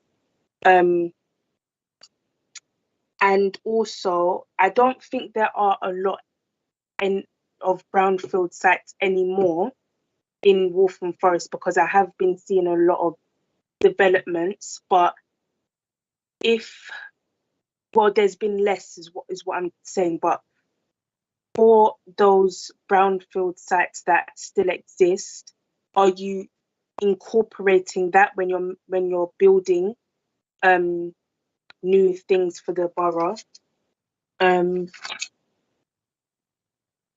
Yeah, I think that's everything. Yeah. Thank you. Very specific questions there in relation to consultation, but I also think a key question from Faith there about how we measure the success or the impact of any infrastructure improvements we make. I don't know, Ian, Sarah, who wants to come back on that one? I can kick off. Thank you, Chair. So, I mean, the success of the infrastructure is largely measured in terms of sort of gaps in need and provision. So, so the infrastructure delivery plan that Sarah outlined essentially tries to measure how much additional infrastructure the borough needs to support growth and population increase, and where the gaps are. So some good examples of that is around capacity in train stations, which are big strategic items that SIL could help contribute towards. But it's also about potential additional need for healthcare and leisure and all the other infrastructure types. So it's more that gap in service provision that we would measure. There would be separate engagement and evaluation in terms of the quality and the success and performance of those infrastructure items as they're brought forward and delivered, but that would tend to be done by the service providers themselves. So we would normally focus on the gap in provision rather than the success in terms of the user acceptability. Can I give an example of how we do this? So a really good example of recent SIL spending is on the new extension to Levy Library. That's £600,000 SIL contribution. Since that's open, it's obviously seen, despite the pandemic, really good usage. But there are a whole series of surveys done of local community users of that library, so individual users and user groups, to see how they are responding to that investment as a consequence of SIL. So depending on the infrastructure that's been delivered, that will shape and inform then the survey work and the consultations and done and the engagement that happens after to see that it is well used. Where it's about things like a station entrance, it may just be in terms of footfall and increased usage, or there may be other metrics that are used. But there is a lot of work that happens after the fact to ensure that we are mapping that usage, but it will depend on the type of project. And with that, Chair, apologies, I've got to drop off. I'm going to be late for my call. Yeah, go and talk to people in California. Thank you very much, Simon. Cheers, Mallory. Thank you. Thanks all. Bye-bye. Sarah, do you want to come back in relation to the consultation and how we ran that? Yeah, I'd love to. I'm slightly worried about my connection, but hopefully you can all hear me. Yeah, we can hear you fine. Because I was going to say, Faith, I think that's the other side of identifying and following up on sort of morphing and changing infrastructure priorities of local people across the borough. This commitment that we have to consult on the neighbourhood SIL portion, the neighbourhood community infrastructure levy, every 2 years or every 2 to 3 years, so we can follow a pattern of how those priorities change over time, and that should also give us a really good flavour when we compare that with what's actually been delivered, of what people's perception of is of those gaps in infrastructure provision and how successful we've been in plugging them and what we have provided, and whether that's actually addressing the needs that people have. In terms of the engagement that we recently did, as with all engagement at the moment, there were restrictions because of COVID. We started off going out and meeting people in the street and talking to people face to face, but because of COVID cases going up and up and up, we had to stop that and rein back to being online only. But we've done a really extensive online consultation. We've focused on the Commonplace website, but also used SurveyMonkey as well to make that as broad reaching as we could. Like I say, only closed on Friday, but we've had 650 responses, which is really brilliant. Marchan's on the call with us today, and he's our infrastructure planning manager, so he directly manages this. But Marchan, I don't know if you can remember what the 2019 overall number of representations was, but this current engagement level is dramatically better than the level we received 2 years ago. So there's been a really heartwarming increase in engagement on this on neighbourhood SIL. Thank you, Sarah, and good evening, everyone. I think we just about quadruple and the number of responses. So I think it was under 200 before, about 150, 160, and we're now looking at 650. So definitely much greater engagement than before.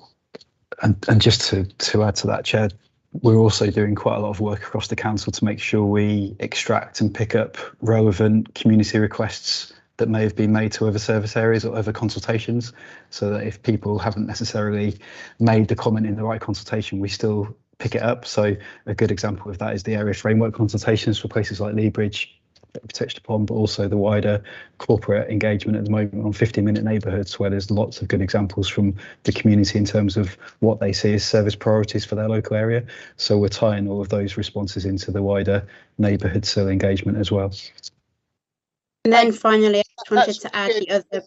Sorry, Sarah, I was going to say that is really helpful, because I think there's an awful lot of consultations going on at the moment. We don't want to miss anything. Sarah, very quickly from you. We're just running a bit Yes, late.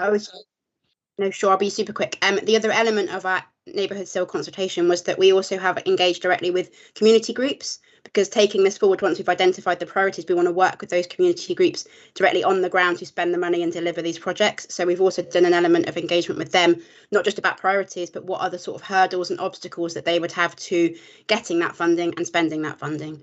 So that's been the other side of it as well. Thank you, Sarah. Faith, did you want to come back? It will have to be very quick because I've got quite a lot of people to get round and we're already over time on this one. Yeah, sorry, just really quickly.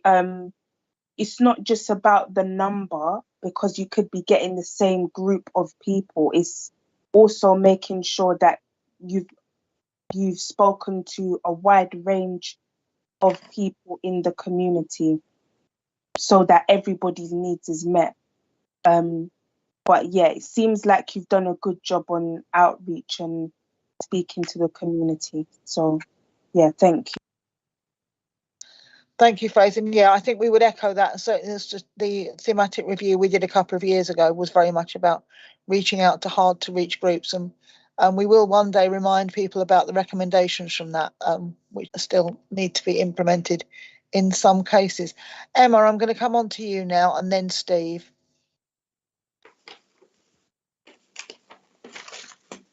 Thanks, Sarah.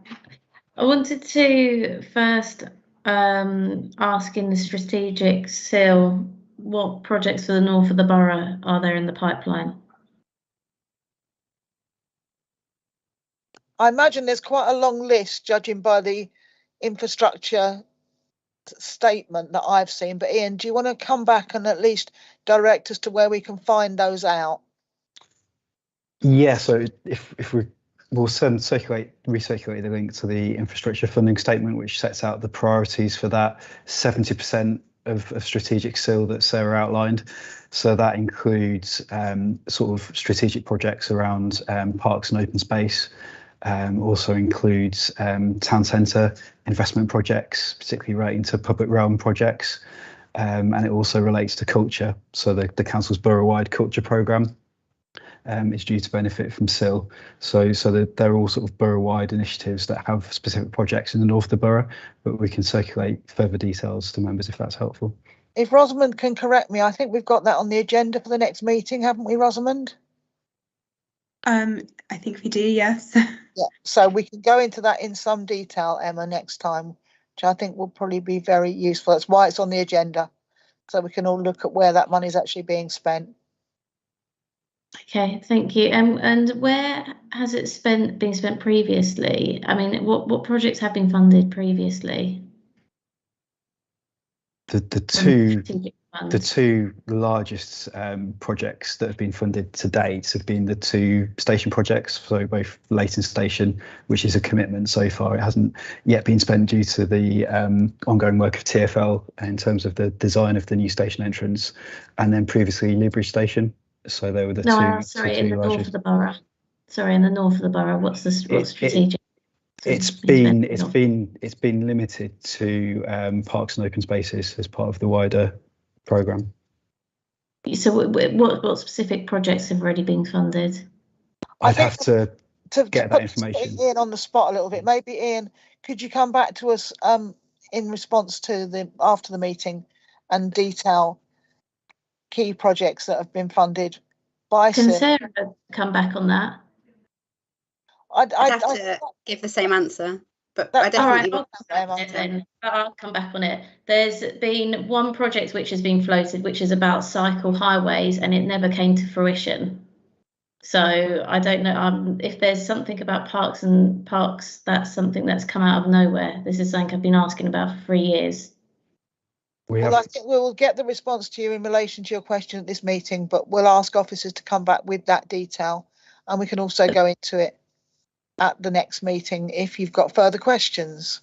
Yes, I do. I think it is something that I get quite upset about, because we have been really, really bereft of any funding from neighbourhood SIL in the north of the borough, and we have had big projects, and we have had, now we're in a stage, and Sarah, you know this, when you're looking at Sewardson Road, that is not a place that is in a position to have a 17-storey block on it, because it hasn't received any of that funding, and yet we're planning to do that going forward. We literally have power outages. We have a school that has power outages because the money wasn't spent on upgrading the power supply that needed to be upgraded.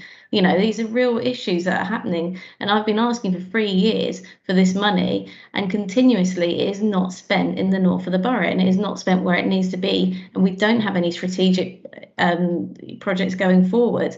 And so I do want, you know, I do think opposition should have an answer. So not just, oh, it's been spent in the past, because I don't see where that's come from, Ian. So, you know, it would be good to get an actual real answer, because before, when I've been asking about this continually, all I've been told is there's some cycle highway that we might get, which I've never seen come to fruition. We'll get you that full breakdown. I mean, it may be neighbourhood SIL rather than strategic SIL that's been spent on parks and open spaces, but of the overall SIL pot, there definitely has been spend in the north of the borough on parks and open spaces. So we can confirm that, and it is, of course, you know, linked to the volumes of development that are generating that SIL as well. So we can give you that breakdown. So as when well. and we did generate massive amounts of SIL and never received Emma, them. can you do this through the chair rather than having a conversation with Ian, please? Okay. So I'm just any further questions, Emma? Yeah. So when we come to the breakdown of the wards, so the new local wards, are we going to make sure that we have not just neighbourhood SIL being spent correctly in every single ward? Are we going to make sure that the strategic SIL is going to every single region as well, north, central or south? Sarah, do you want to come back on that? The zones that we're proposing at the moment are specifically for neighbourhood SIL. So in terms of the sort of legislation that's set down, we are required to spend neighbourhood SIL in a neighbourhood that we identify and that we define. So that's why we're looking at these neighbourhood SIL boundaries. In terms of infrastructure provision across the rest of the borough that strategic SIL is spent on, the infrastructure delivery plan looks at our projected growth, looks at our housing trajectory, looks at what we're anticipating coming forward in the site allocations, and looks at the infrastructure that is needed to support that. So the distribution of spend of strategic SIL is all around what is identified in those priorities. So it broadly aligns with where growth is anticipated to come forward in the borough, but it's strategic SIL, so it's about that sort of borough-wide picture. So there are many cases where it will be spent locally and local to the development that comes forward, but we also need to take a borough-wide picture of that as well. Okay, so just to chair for you, then one final question then I would have. Oh, so one thing I would be recommending is that we make sure that strategic SIL goes into all 3 locations in the borough. And my final question is, why has it taken so long for neighbourhood funding to come up with the simple solution of having a north, central and south, which is something that should have been done so long ago? It's a good question, Councillor, and Marcin only joined us 9 months ago, so I think we can thank Marcin for the work that he's done to look at implementing new and more rigorous and more sort of appropriate allocation processes for that neighbourhood SIL money. So I think we can welcome that, can't we? Thanks. Thank you. Okay, Steve. I think in the interests of time, Chair, I'll skip any questions I might have, and I can put them to officers in between meetings, so it's fine. Thank you. Thank you, Steve. I love committee members like you. Thank you very much. Raja.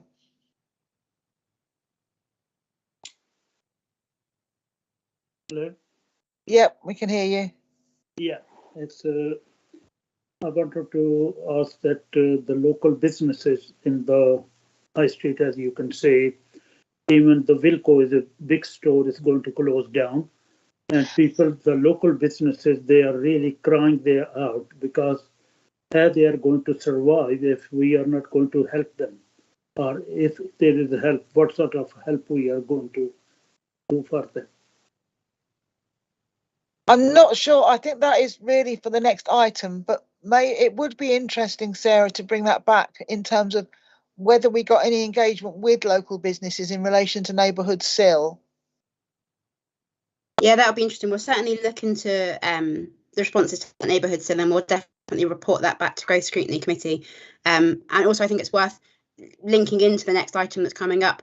There are SIL and neighbourhood SIL funding opportunities for high street support programmes as well. So there is a definite link between this funding that comes through developer contributions and support for businesses and high streets in the borough.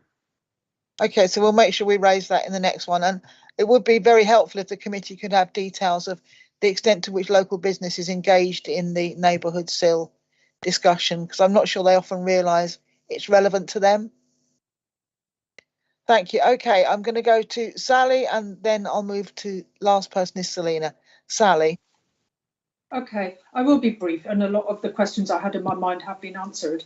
But one thing that's really kind of niggling away at me is who sits on the developer contributions board, because it seems to me that's quite important. Who's making the decisions about projects that are funded through neighbourhood SIL? Shall I take this one, Chair? Yeah, of course. So it's important to note that the actual decisions are made by Cabinet. So the Developer Contributions Board makes recommendations to Cabinet, and the governance that Sarah and the team have brought into place is for any sort of proposals for SIL spend before it even gets to Developer Contributions Board, either if it's part of that 70% strategic pot or the sort of smaller pot that's open to individual service areas to bid for, essentially has to be signed off by portfolio lead members first. So there's that early engagement, and they have to ideally show engagement with ward councillors as part of that as well before it even gets to Developer Contributions Board, and then it in turn gets made as a recommendation to Cabinet for the final decision. So it's quite robust governance, because on the Developer Contributions Board, which is chaired by Stuart Murray, also sits Rob Manning, the Director of Finance, as well as legal colleagues. So it's to ensure that the finances are in order, but also that the SIL spend proposals are in line with government set definitions of what we can call infrastructure and how that meets the legal tests. Okay. Chair, can I just sort of ask another question arising from that, which is that I don't remember being approached about about NSIL spends, and so is this part of the sort of new regime then that ward councillors would be, would have a proposal discussed with them? Yes. So this is new governance that's just been introduced for the start of 2022. So it was agreed by Cabinet in December. Okay, thank you. That's me. Thank you, Chair. Thank you very much. And last but not least, Selina. Hi. Okay. So a couple of quick questions, because actually I was interested in North Chingford as well. Well, Chingford as a whole. In your report about where the money's been spent, under section 106, 10,000 has been allocated to education, and yet only £500 appears to be allocated. And I know it's very specific, so if you need to come back to me, do so. But I thought that's quite interesting, because throughout the report, it looked like education had suffered quite a lot. And I think given that we've got a lot of, we used to have a lot of crime in the borough, I thought it'd be something that you could kind of focus on. Given the population of Waltham Forest is like 276,000 ballpark, 650 people responding to consultations is very, very low. And I know through the local plan consultation, we've had a large number of complaints about the council just doing digital consultations. And I know Faith's mentioned it quite a few times tonight, but what would you be doing to increase that 650 going forward? Because I'm like us, we had to read the report quite a few times and we had an explanation. Not sure residents really understand what SIL is and what the impact is, and the fact that they can access money to their communities. And I don't see when you launch a consultation that councillors were consulted either. So that's something I'd like to see changed. And I think that's it, actually. Thank you. Thank you. So the one there in relation to education, the extent to which that benefits, and yet 650 doesn't sound like very many, but I'm sad to say that it's probably quite good for council consultations. but I do share concerns about when it's digital, how we reach hard to reach groups. So over to you, Ian and Sarah. Thanks, Chair. I don't know if the team wants to pick up that detailed question about the specific contribution, or if we can come back. Do you want to come back to us on that one if there's nobody? Because I think Selena warrants a detailed answer on that. Yeah, thank you. And in terms of the sort of scope of engagement and the response level, I mean, it is unfortunate that those numbers are relatively good for council consultations. But going back to what I was saying earlier, we do need to make this part of an ongoing dialogue with the local community.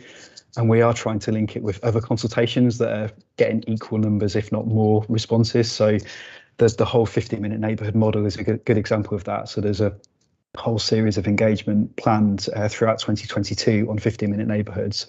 And in that engagement with ward councillors especially, we can really drill down into what local communities' priorities are for their local areas, and that will naturally translate into some priorities for Neighbourhood SIL. So we don't want to treat the recent consultation as sort of a one chance to make a comment. We want it to be a part of an ongoing dialogue, and I think the 15-minute neighbourhood model will enable us to do that in a more sort of varied and far-reaching way than was done by just one single consultation. Thank you. That's sorry, if I may, just with regards to that, where you've had 650 respondents, which okay is low, but actually for you guys it's high. Will councillors of those areas like north, south, etc., have visibility of what's come in and able to contribute to that dialogue? Because obviously we represent the people that are obviously elected us, so we're very aware of what the issues are and where the priorities are. And I don't feel as a councillor, I don't know about Murray or anyone else, whether we feel I think Selena makes a fair point, and I think it's something for the committee maybe to highlight, is that there probably does need to be increased engagement with councillors in relation to NSIL and 15-minute neighbourhoods. I've just seen mention in the councillors' circular, but I think maybe setting up some specific engagement with councillors would be a really useful thing to do. So, and I think at the moment we're not really pushing some of the things that came through our thematic review in relation to engaging, for example, with private sector tenants, because we know how difficult that can be during lockdown. But I think it's something that hopefully the committee will continue to push next year when engagement can be a little bit more creative. So thank you all very much for that. We are now running 20 minutes late, at least, and we do need a break. So thank you very much, everybody, for all the contributions on that. We're going to take a 5-minute break and then come back and talk about town centres, and the plan is to be finished by 10 o'clock. So thank you very much. See you all in 5 minutes.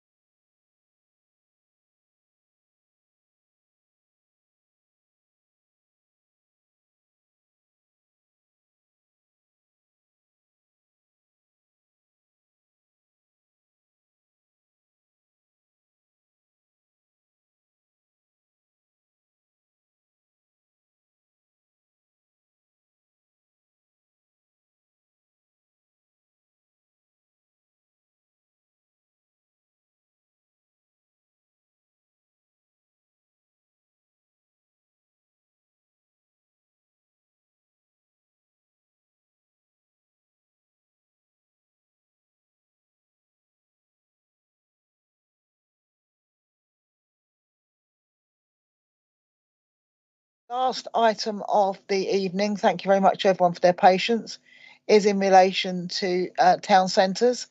And I think, Will, you're presenting this one, am I correct? Yes, Chair. Right, okay, I will pass over to you. Thank you very much. Thank you very much. So I'll just do a brief introduction and then I'm sure there'll be plenty of questions. So this is a bit of an update on the Town Centre Support Programme, the Economic Support Programme, obviously responding to all of the challenges that town centres in the borough have faced and the businesses in those town centres over the last nearly 2 years.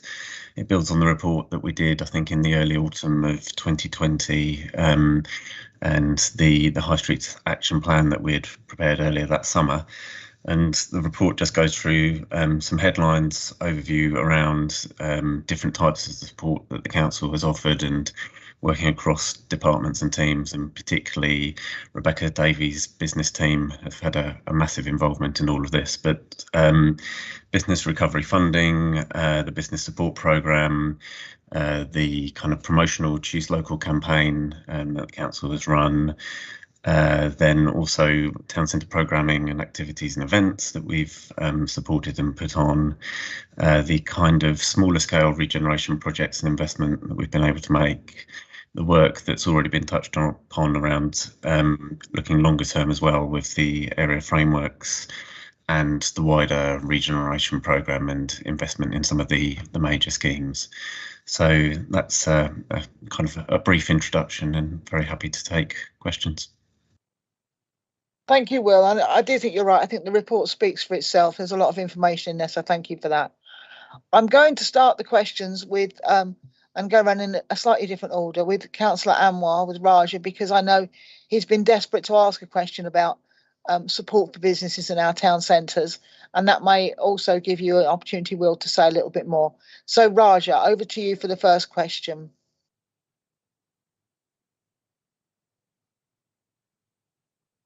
You're on mute, Raja. Yeah, the local businesses in the high street, they are just crying their eyes out. They say that it's very difficult for us to survive unless we have some kind of help from the government or from the local council. Even the Wilkinson, you know, it's a big store in the high street. So many young people are employed there, and they are going to be they are going to be jobless within no time. So when I go out, and most of the people, they keep talking and keep asking me the question. So this is what my concern is, because it will affect our local economy very badly if the things are keep going like this one. And so many businesses are already closed. So we have to do something for them. And your concern, Raj, is presumably around Walthamstow High Street, which is the one that's your local town centre, isn't it? Yeah, that's where I'm councillor for this High Street ward, and also this is happening in my ward. And I'm sure it's something that other councillors would echo from their high streets and their local town centres as well. So, yes, because town centre is for everybody. It's not only for the High Street ward, it's for everybody, and people come from all over. But day by day, they are really, really very upset about it, these small businesses. So, Will, over to you, and with a particular focus on Walthamstow if you can, but I think it's relevant to all of us who have town centres in our local area. Yeah, and I appreciate it is a big challenge, and it's a challenge for small business owners, and it has been particularly difficult over this last couple of years. I mean, I think in terms of the programme of support that the council has been able to offer, there's been substantial government grants over this period, and they've gone through their different iterations and different phases. Obviously, we've been through lockdowns, reopenings, kind of partial lockdowns and so forth during this period. So a lot of grants have been made available to local businesses, particularly in our high streets and town centres. There has also been a lot of work, again, with finance colleagues around business rates and rate relief, because obviously that's another key outgoing for local businesses as well. I mean, it's worth saying, and it's touched upon in the paper, certainly for the hospitality sector, there is a current live support grant that came in just before Christmas with the kind of the relative impact of the latest wave, and that is currently live for applications until the 28th of February. But we've also been where we've been able to, because there's been some very clear and in some cases quite rigid guidance around where grants can be applied. But where we've been able to adapt that, we've also been using government funding for business support programs at the local level. And there's a couple more programs that are going live this month. So that's particularly working with smaller businesses and those in the earliest stages of development, so kind of startup businesses, but also some that are more established. So there are 200 places on that latest program. But I think and then some of the other initiatives like the promotional work and the Choose Local campaign, and actually going into local town centres and local high streets, and the work we've been able to do to identify kind of case studies of businesses that we've been able to then promote both online but also in physical form through adverts and where appropriate on some development hoardings as well, have been initiatives that we've tried to pursue. I think there's a key part of this, and it kind of links into some of the earlier discussion, is obviously around engagement, and we're working in a number of the centres with local businesses to either build on existing partnerships, but also try to establish new business forums. And there is a lot of work in Walthamstow Town Centre, building on also the relationships that colleagues in resident services have got with the street market and the traders on the street market as well. And we have been also developing various activities and programs and events at various times of the year, particularly more in the summer when the restrictions were less, but also we've had the programme, including in Walthamstow, around lighting up the town centre and the evening offer, and trying to promote that as well. And that builds on pre-pandemic work that we had around the nighttime enterprise zone pilot in Walthamstow, and that's something we want to continue to develop as well. I think a key thing here is obviously around footfall and dwell time and spending power as well of local residents and visitors to centres. I mean, we've certainly seen at various points that footfall has dropped dramatically in town centres, but a potential positive that is kind of emerging is obviously with changing work patterns and more people working from home at least part of the time, then people spending more time in their local communities and in their local centres, and kind of linking that into the whole concept of and the strategy around the 15-minute neighbourhoods as well. And I think it's also really important to look at initiatives where we can invest in town centres. So Walthamstow has that benefit of new development coming forward, both at the Walthamstow central end, but also at the St James end. And that is bringing new people into the town centre. And last, and what is the turnover, and maybe testing the concept in council-owned properties might be a good idea again. I'm not sure why you abandoned it, and I'd be interested to hear. Thank you. Thank you, Councillor. So in terms of both of those questions, I think, yes, very happy to look again at each location in the borough and the opportunities to promote local businesses. We have been adapting the kind of the Choose Local campaign in a variety of town centres to actually kind of pick up a lot more of the local businesses rather than just a kind of a borough-wide campaign. So we can certainly look at that again for Chingford. In terms of the pop-up shops, I mean, they're a really good initiative, I agree. And we have used council property in different locations. In Chingford Mount, obviously, we've got a short lease on 228 Chingford Mount Road at the moment, and kind of adapting the programme of how we use that space as a bit of an initiative. And similarly, we can have another look at Chingford Town Centre as well.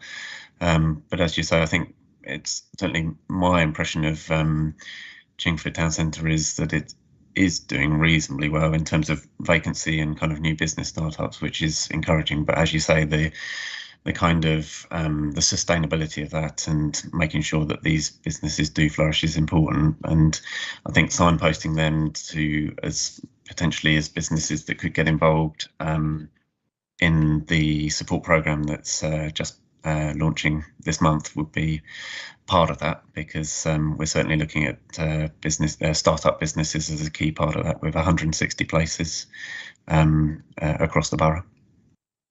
I think my concern is turnover, that whilst they might be starting, I know I've seen quite a few shops that have 1 week they've been a burger place, the next week there's something else, and the following week there's something else, or I don't exaggerate, but maybe a month. And actually, instead of taking at least for a year or 10 years, wherever it is, they could have just like tested their concept. And it's not just for Chingford, by the way. I think it's a really good scheme across the borough that if we've got empty shops, to allow businesses again to kind of test their products before they actually take on a lease. And if just a final thought on that, and in Walthamstow at Central Parade, I mean, funding is also part of this. And when we did Central Parade project back in 2016, we had a sizable amount of GLA money. But the stories, certainly pre-pandemic, of businesses that had started up there, had incubator space, often quite small, and then actually taken a lease with a private landlord in and around the town centre. There's quite a number of stories. So I completely agree. It's a good model for trying to incubate businesses. Thank you, Selina. And I would echo that. In the south of the borough, there are no pop-up opportunities, and there never have been. Never. We've never had any chance to do that. And I think it's a real shame. And it's one of the reasons why I think the town centres that are struggling the most are in the south, and are struggling quite severely these days. So I think maybe the committee would like to echo what Selina said and recommend that we utilise that as a model wherever we can, and even potentially by the council renting accommodation rather than just using our own. Anyway, I promised Faith I will bring her in next, and then Sally, and then Emma. Faith. Thank you. Yeah, I realised after reading the report that a lot of money is coming from private owned investors. And I'm concerned about that, because, when money is coming from private investors, that they can have a lot of influence on what is going on in the community, and they're usually not a member of that community. So how are you going to make sure that the community you're engaging with those local businesses in the community to make sure that they are being given the support that they need? And also equality and diversity, so making sure that the people in the area have fair, equal access. In Walthamstow, there's quite a dominant culture when it comes to stallholders, and although there's a lot of different ethnicities and all of that, but there was a woman I know who had a store in Walthamstow. She used to sell hair, but because of the discrimination that she faced, she couldn't have her store anymore and ended up leaving that and getting a job. So how are we making sure that our local businesses, small businesses, are able to flourish in the same way? And I saw a point about new and affordable homes. Have you ever considered looking into schemes for people that are homeless, or for young people, or people that are less likely to be housed due to our current housing system? I know that's not what this is particularly about, but because I saw it in the report, I just wanted to mention it. Thank you. Thank you, Faith, for mentioning that one. I think we'll pass the other questions over to you, Will. Yeah, I think we'll have to come back with a fuller answer on the last question. I think that's a point for us to note rather than expecting you to answer that one. Indeed.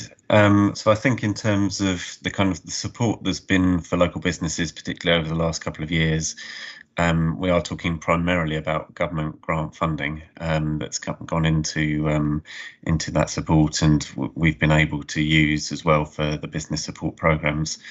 Obviously, in terms of the longer term kind of development proposals and that kind of investment, a lot of the development sites in the borough predominantly are third-party owned, privately owned sites, and so obviously there's a key role, particularly through the planning process, and a lot of what was described in the previous item around kind of securing local benefit from those proposals and maximising that benefit, both directly from the scheme but also the developer contributions that can be secured as well. In terms of the equality and diversity point, that's really important, and I think certainly the business support programs that have been run already have had a focus on consciously trying to support businesses that owned and run by people from a wide range of backgrounds, and recognising that in the local community. And I know there's been an item previously on that at Scrutiny Committee as well. And again, we are, as part of the current programme of support that's going live at the moment, that's building on some of those initiatives and working with some of those partners who've delivered those previous schemes as well, with different businesses in the borough. And certainly happy to take away the point around stallholders and presumably at Walthamstow Market and the kind of feedback to the markets team. But I'm sure there is a clear policy and approach that they have in terms of the trading at Walthamstow Market, but very happy to take that point away as well. Thank you, Will. And Faith, outside the meeting, if there's any more details you've got on that, then please feel free to share them with me and I can then share them with Will. Emma, you were next, and then, oh no, sorry, Sally, and then Emma. I'm trying to do this so everybody gets a fair turn at the beginning, middle and end, and I'm getting a bit mixed up. Sally. Thank you, Murray. Okay, I'll try not to take too long. The business support grants, I'm just wondering, do we have any statistics about the take up and, did some businesses miss out on that? Was there enough of it to support the businesses through the pandemic? And also, launching in January 22, a new startup and scale up business support programme. How are you targeting businesses for that? Or are you targeting them? How are you, recruiting? What's the criteria for that? That's it. Thanks. Thanks, Sally. So in terms of the business grants, I mean, there's a whole range of different types of business grants that we've been responsible for administering basically over this period. I've lost track of exactly how many different types, but and with each of those, there've been different criteria and different ways of applying them, and some have been simpler than others in the sense that really they have been direct to certain types of businesses, and the kind of system working with finance colleagues of literally getting the money into businesses' accounts. Others have been more through kind of application processes, and some have been kind of more kind of targeted, and some have been more open. We've got a lot of statistics behind this, and certainly very happy to share what we have on the take up and across all of those different grants. I was just going to add, Chair, we have got some mapping that we can share with Scrutiny members afterwards. I mean, as Will said, each sort of phase of the grant regime has been targeted at slightly different sectors. So with the additional restrictions grant, for example, we managed to target companies in the industrial sector in the autumn and early part of the winter, and obviously the sort of newer grants that will be available in the coming weeks will be very much targeted in the hospitality sector, based on some of the impact that has been sort of in the lead up to Christmas. So we'll give you a bit more of a flavour of those breakdowns and how they've varied spatially across the borough. Thank you. That would be very useful, Ian. Thank you. And Will, the other question from Councillor Littlejohn?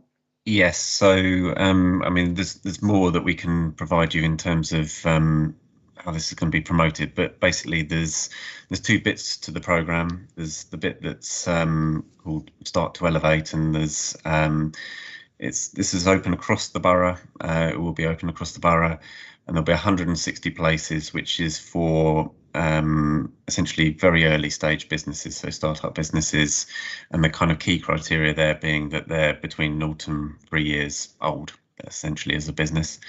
And then there's the second bit of the programme is more focused on kind of growth and the opportunities for businesses to grow, look at new markets, look at different kind of funding and financing sources. And there's 40 places on that are going to be available. And there's kind of different specialists working with those two different programs with a lot of local knowledge and experience from previous business support program as well. So we're certainly very happy to get the kind of material to the committee and in fact all councillors, so that we can promote that locally with businesses across the borough. That would be really helpful. Thank you, Will. Can I just come back on that? Is there any sort of localised targeting? I mean, are you know, given some parts of the borough are sort of more economically deprived, perhaps, or less robust than others? Well, I think at this stage, I mean, it'll certainly be good to get a sense of who actually does apply to be part of the programme, and that can be something that we can look at and with partners, with the partners who are delivering the programme as well.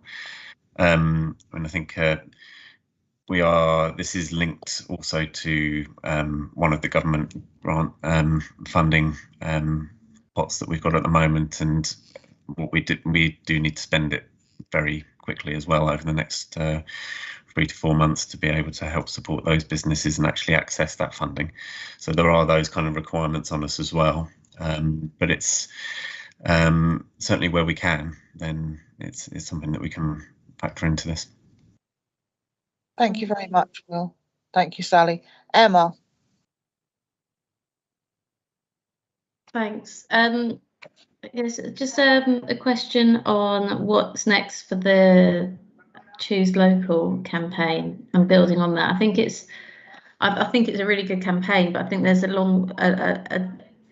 it could be, you know, built on now to really capitalise on that and start to actually tell some of the stories. You know, I thought that was one thing that perhaps was the next step is, you know, there's nice pictures of these businesses and, you know, it got a warm fuzzy feeling, but there wasn't really the direction of what am I going to go to that business for, where are they, and you know, why would I choose them? I mean, I know for a fact some of the businesses that chose are long-standing local businesses, and you know, there's a lot of reasons to choose them, but that's hard to get through on the picture. So I just wondered what's next for that as my first question, if that's okay, Chair.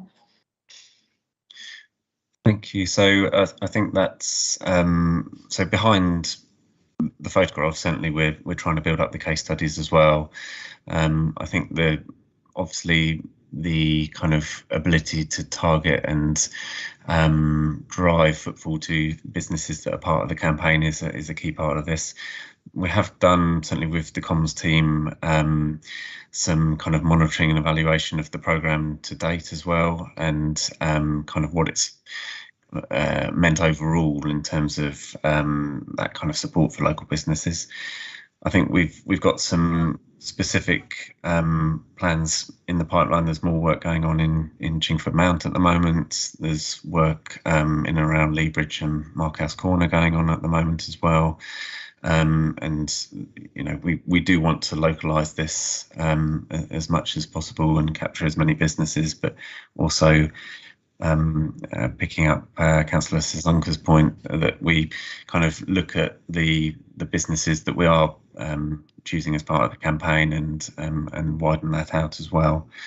But also welcome any thoughts and ideas from the committee on this, and how we can kind of further develop the campaign.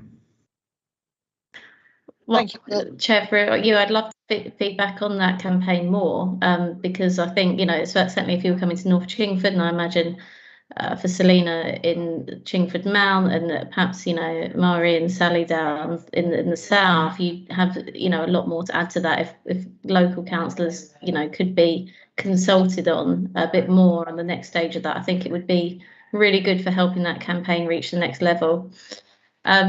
The other question I had was, we've had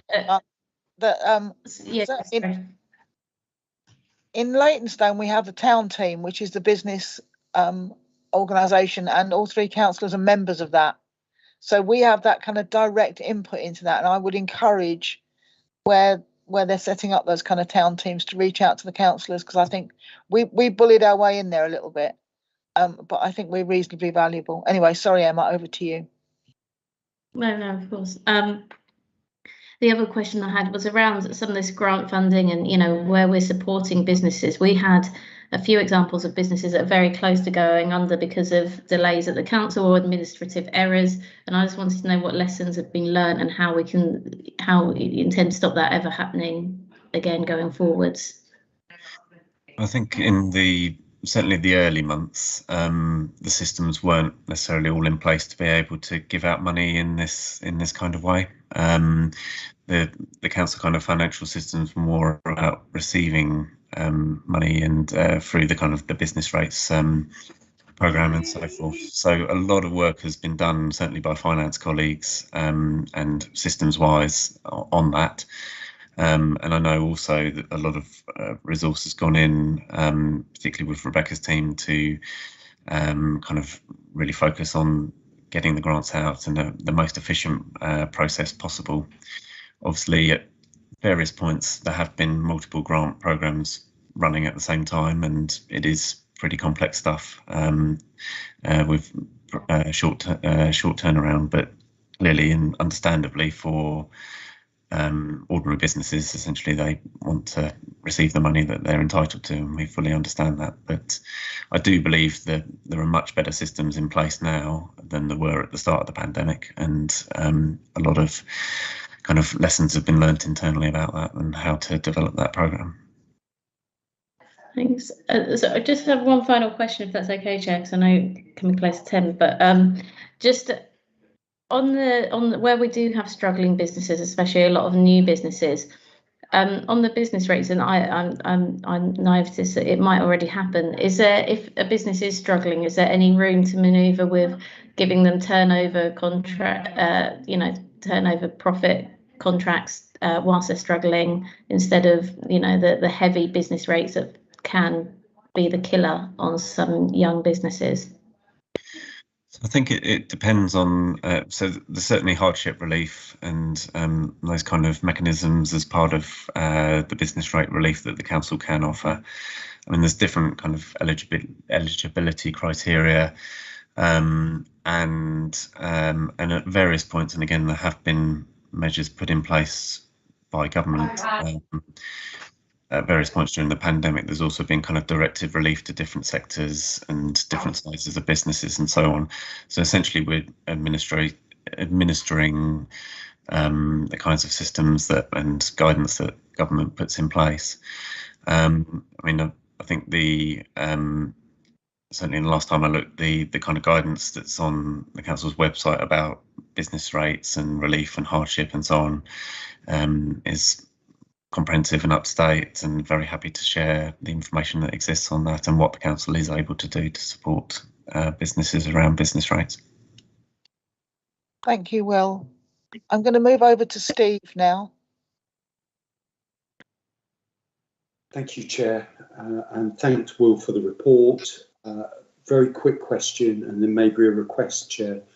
One of the parts of the report that I found really interesting was what the council is doing in a very imaginative way with our own assets, whether it's the EMD cinema, Marlow Road, and the other examples that you've listed. I just wondered if we've got any other ideas or on how to realise some of our assets for regeneration purposes in the pipeline.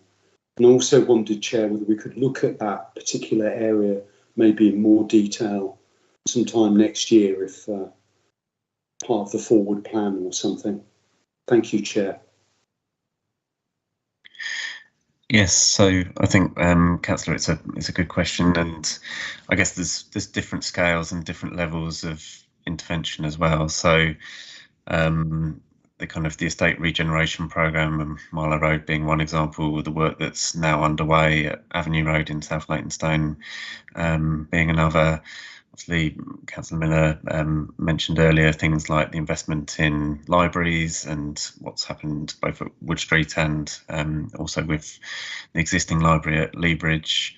I think it also touches on some of the smaller scale opportunities and initiatives as well. So picking up some of the earlier questions about what we're able to do with where we do have commercial property, and the council doesn't necessarily have a huge amount of commercial property, but those opportunities to use high street shops or even industrial units and create opportunities with those as well. So there are some projects going on with some of those spaces, and where we've been able to, we've also done initiatives in underused spaces as well in and around our town centres and high streets. And so I think it's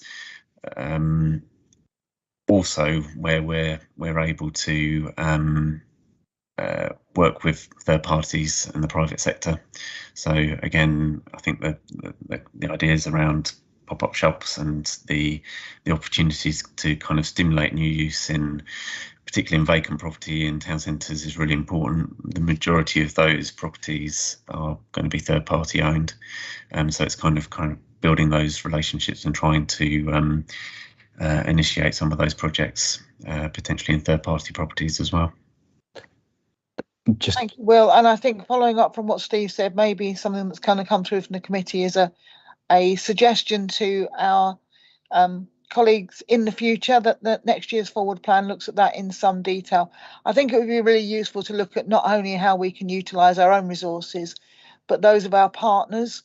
And it fits in with what Selina was saying in relation to pop-ups, but how we can utilise our resources, our partners' resources, to encourage those new businesses. One of my bugbears in Leytonstone is there is a very large shop in the middle of the town centre that's now been empty for, I think, around 8 years. It's owned by the NHS, and it literally has sat there collecting dust for 8 years. There's 8 years worth of post. If you look in the door, it's piled up like about 2 foot high. They're the kind of examples that we really don't want to see going forward, do we, if we possibly can. Thank you very much. And last but not least, Mohammed, Councillor Asgar, any questions from you?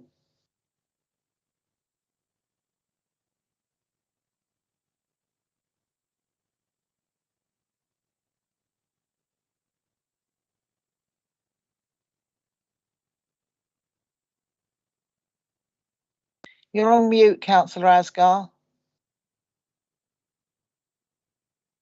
Councillor Asgar, you're on mute. We can't hear you.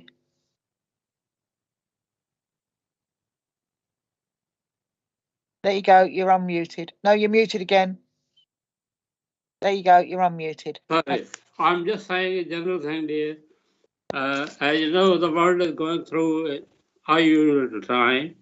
With the available resources, our council is doing whatever it can do for promoting the local businesses, the town centres, the high street.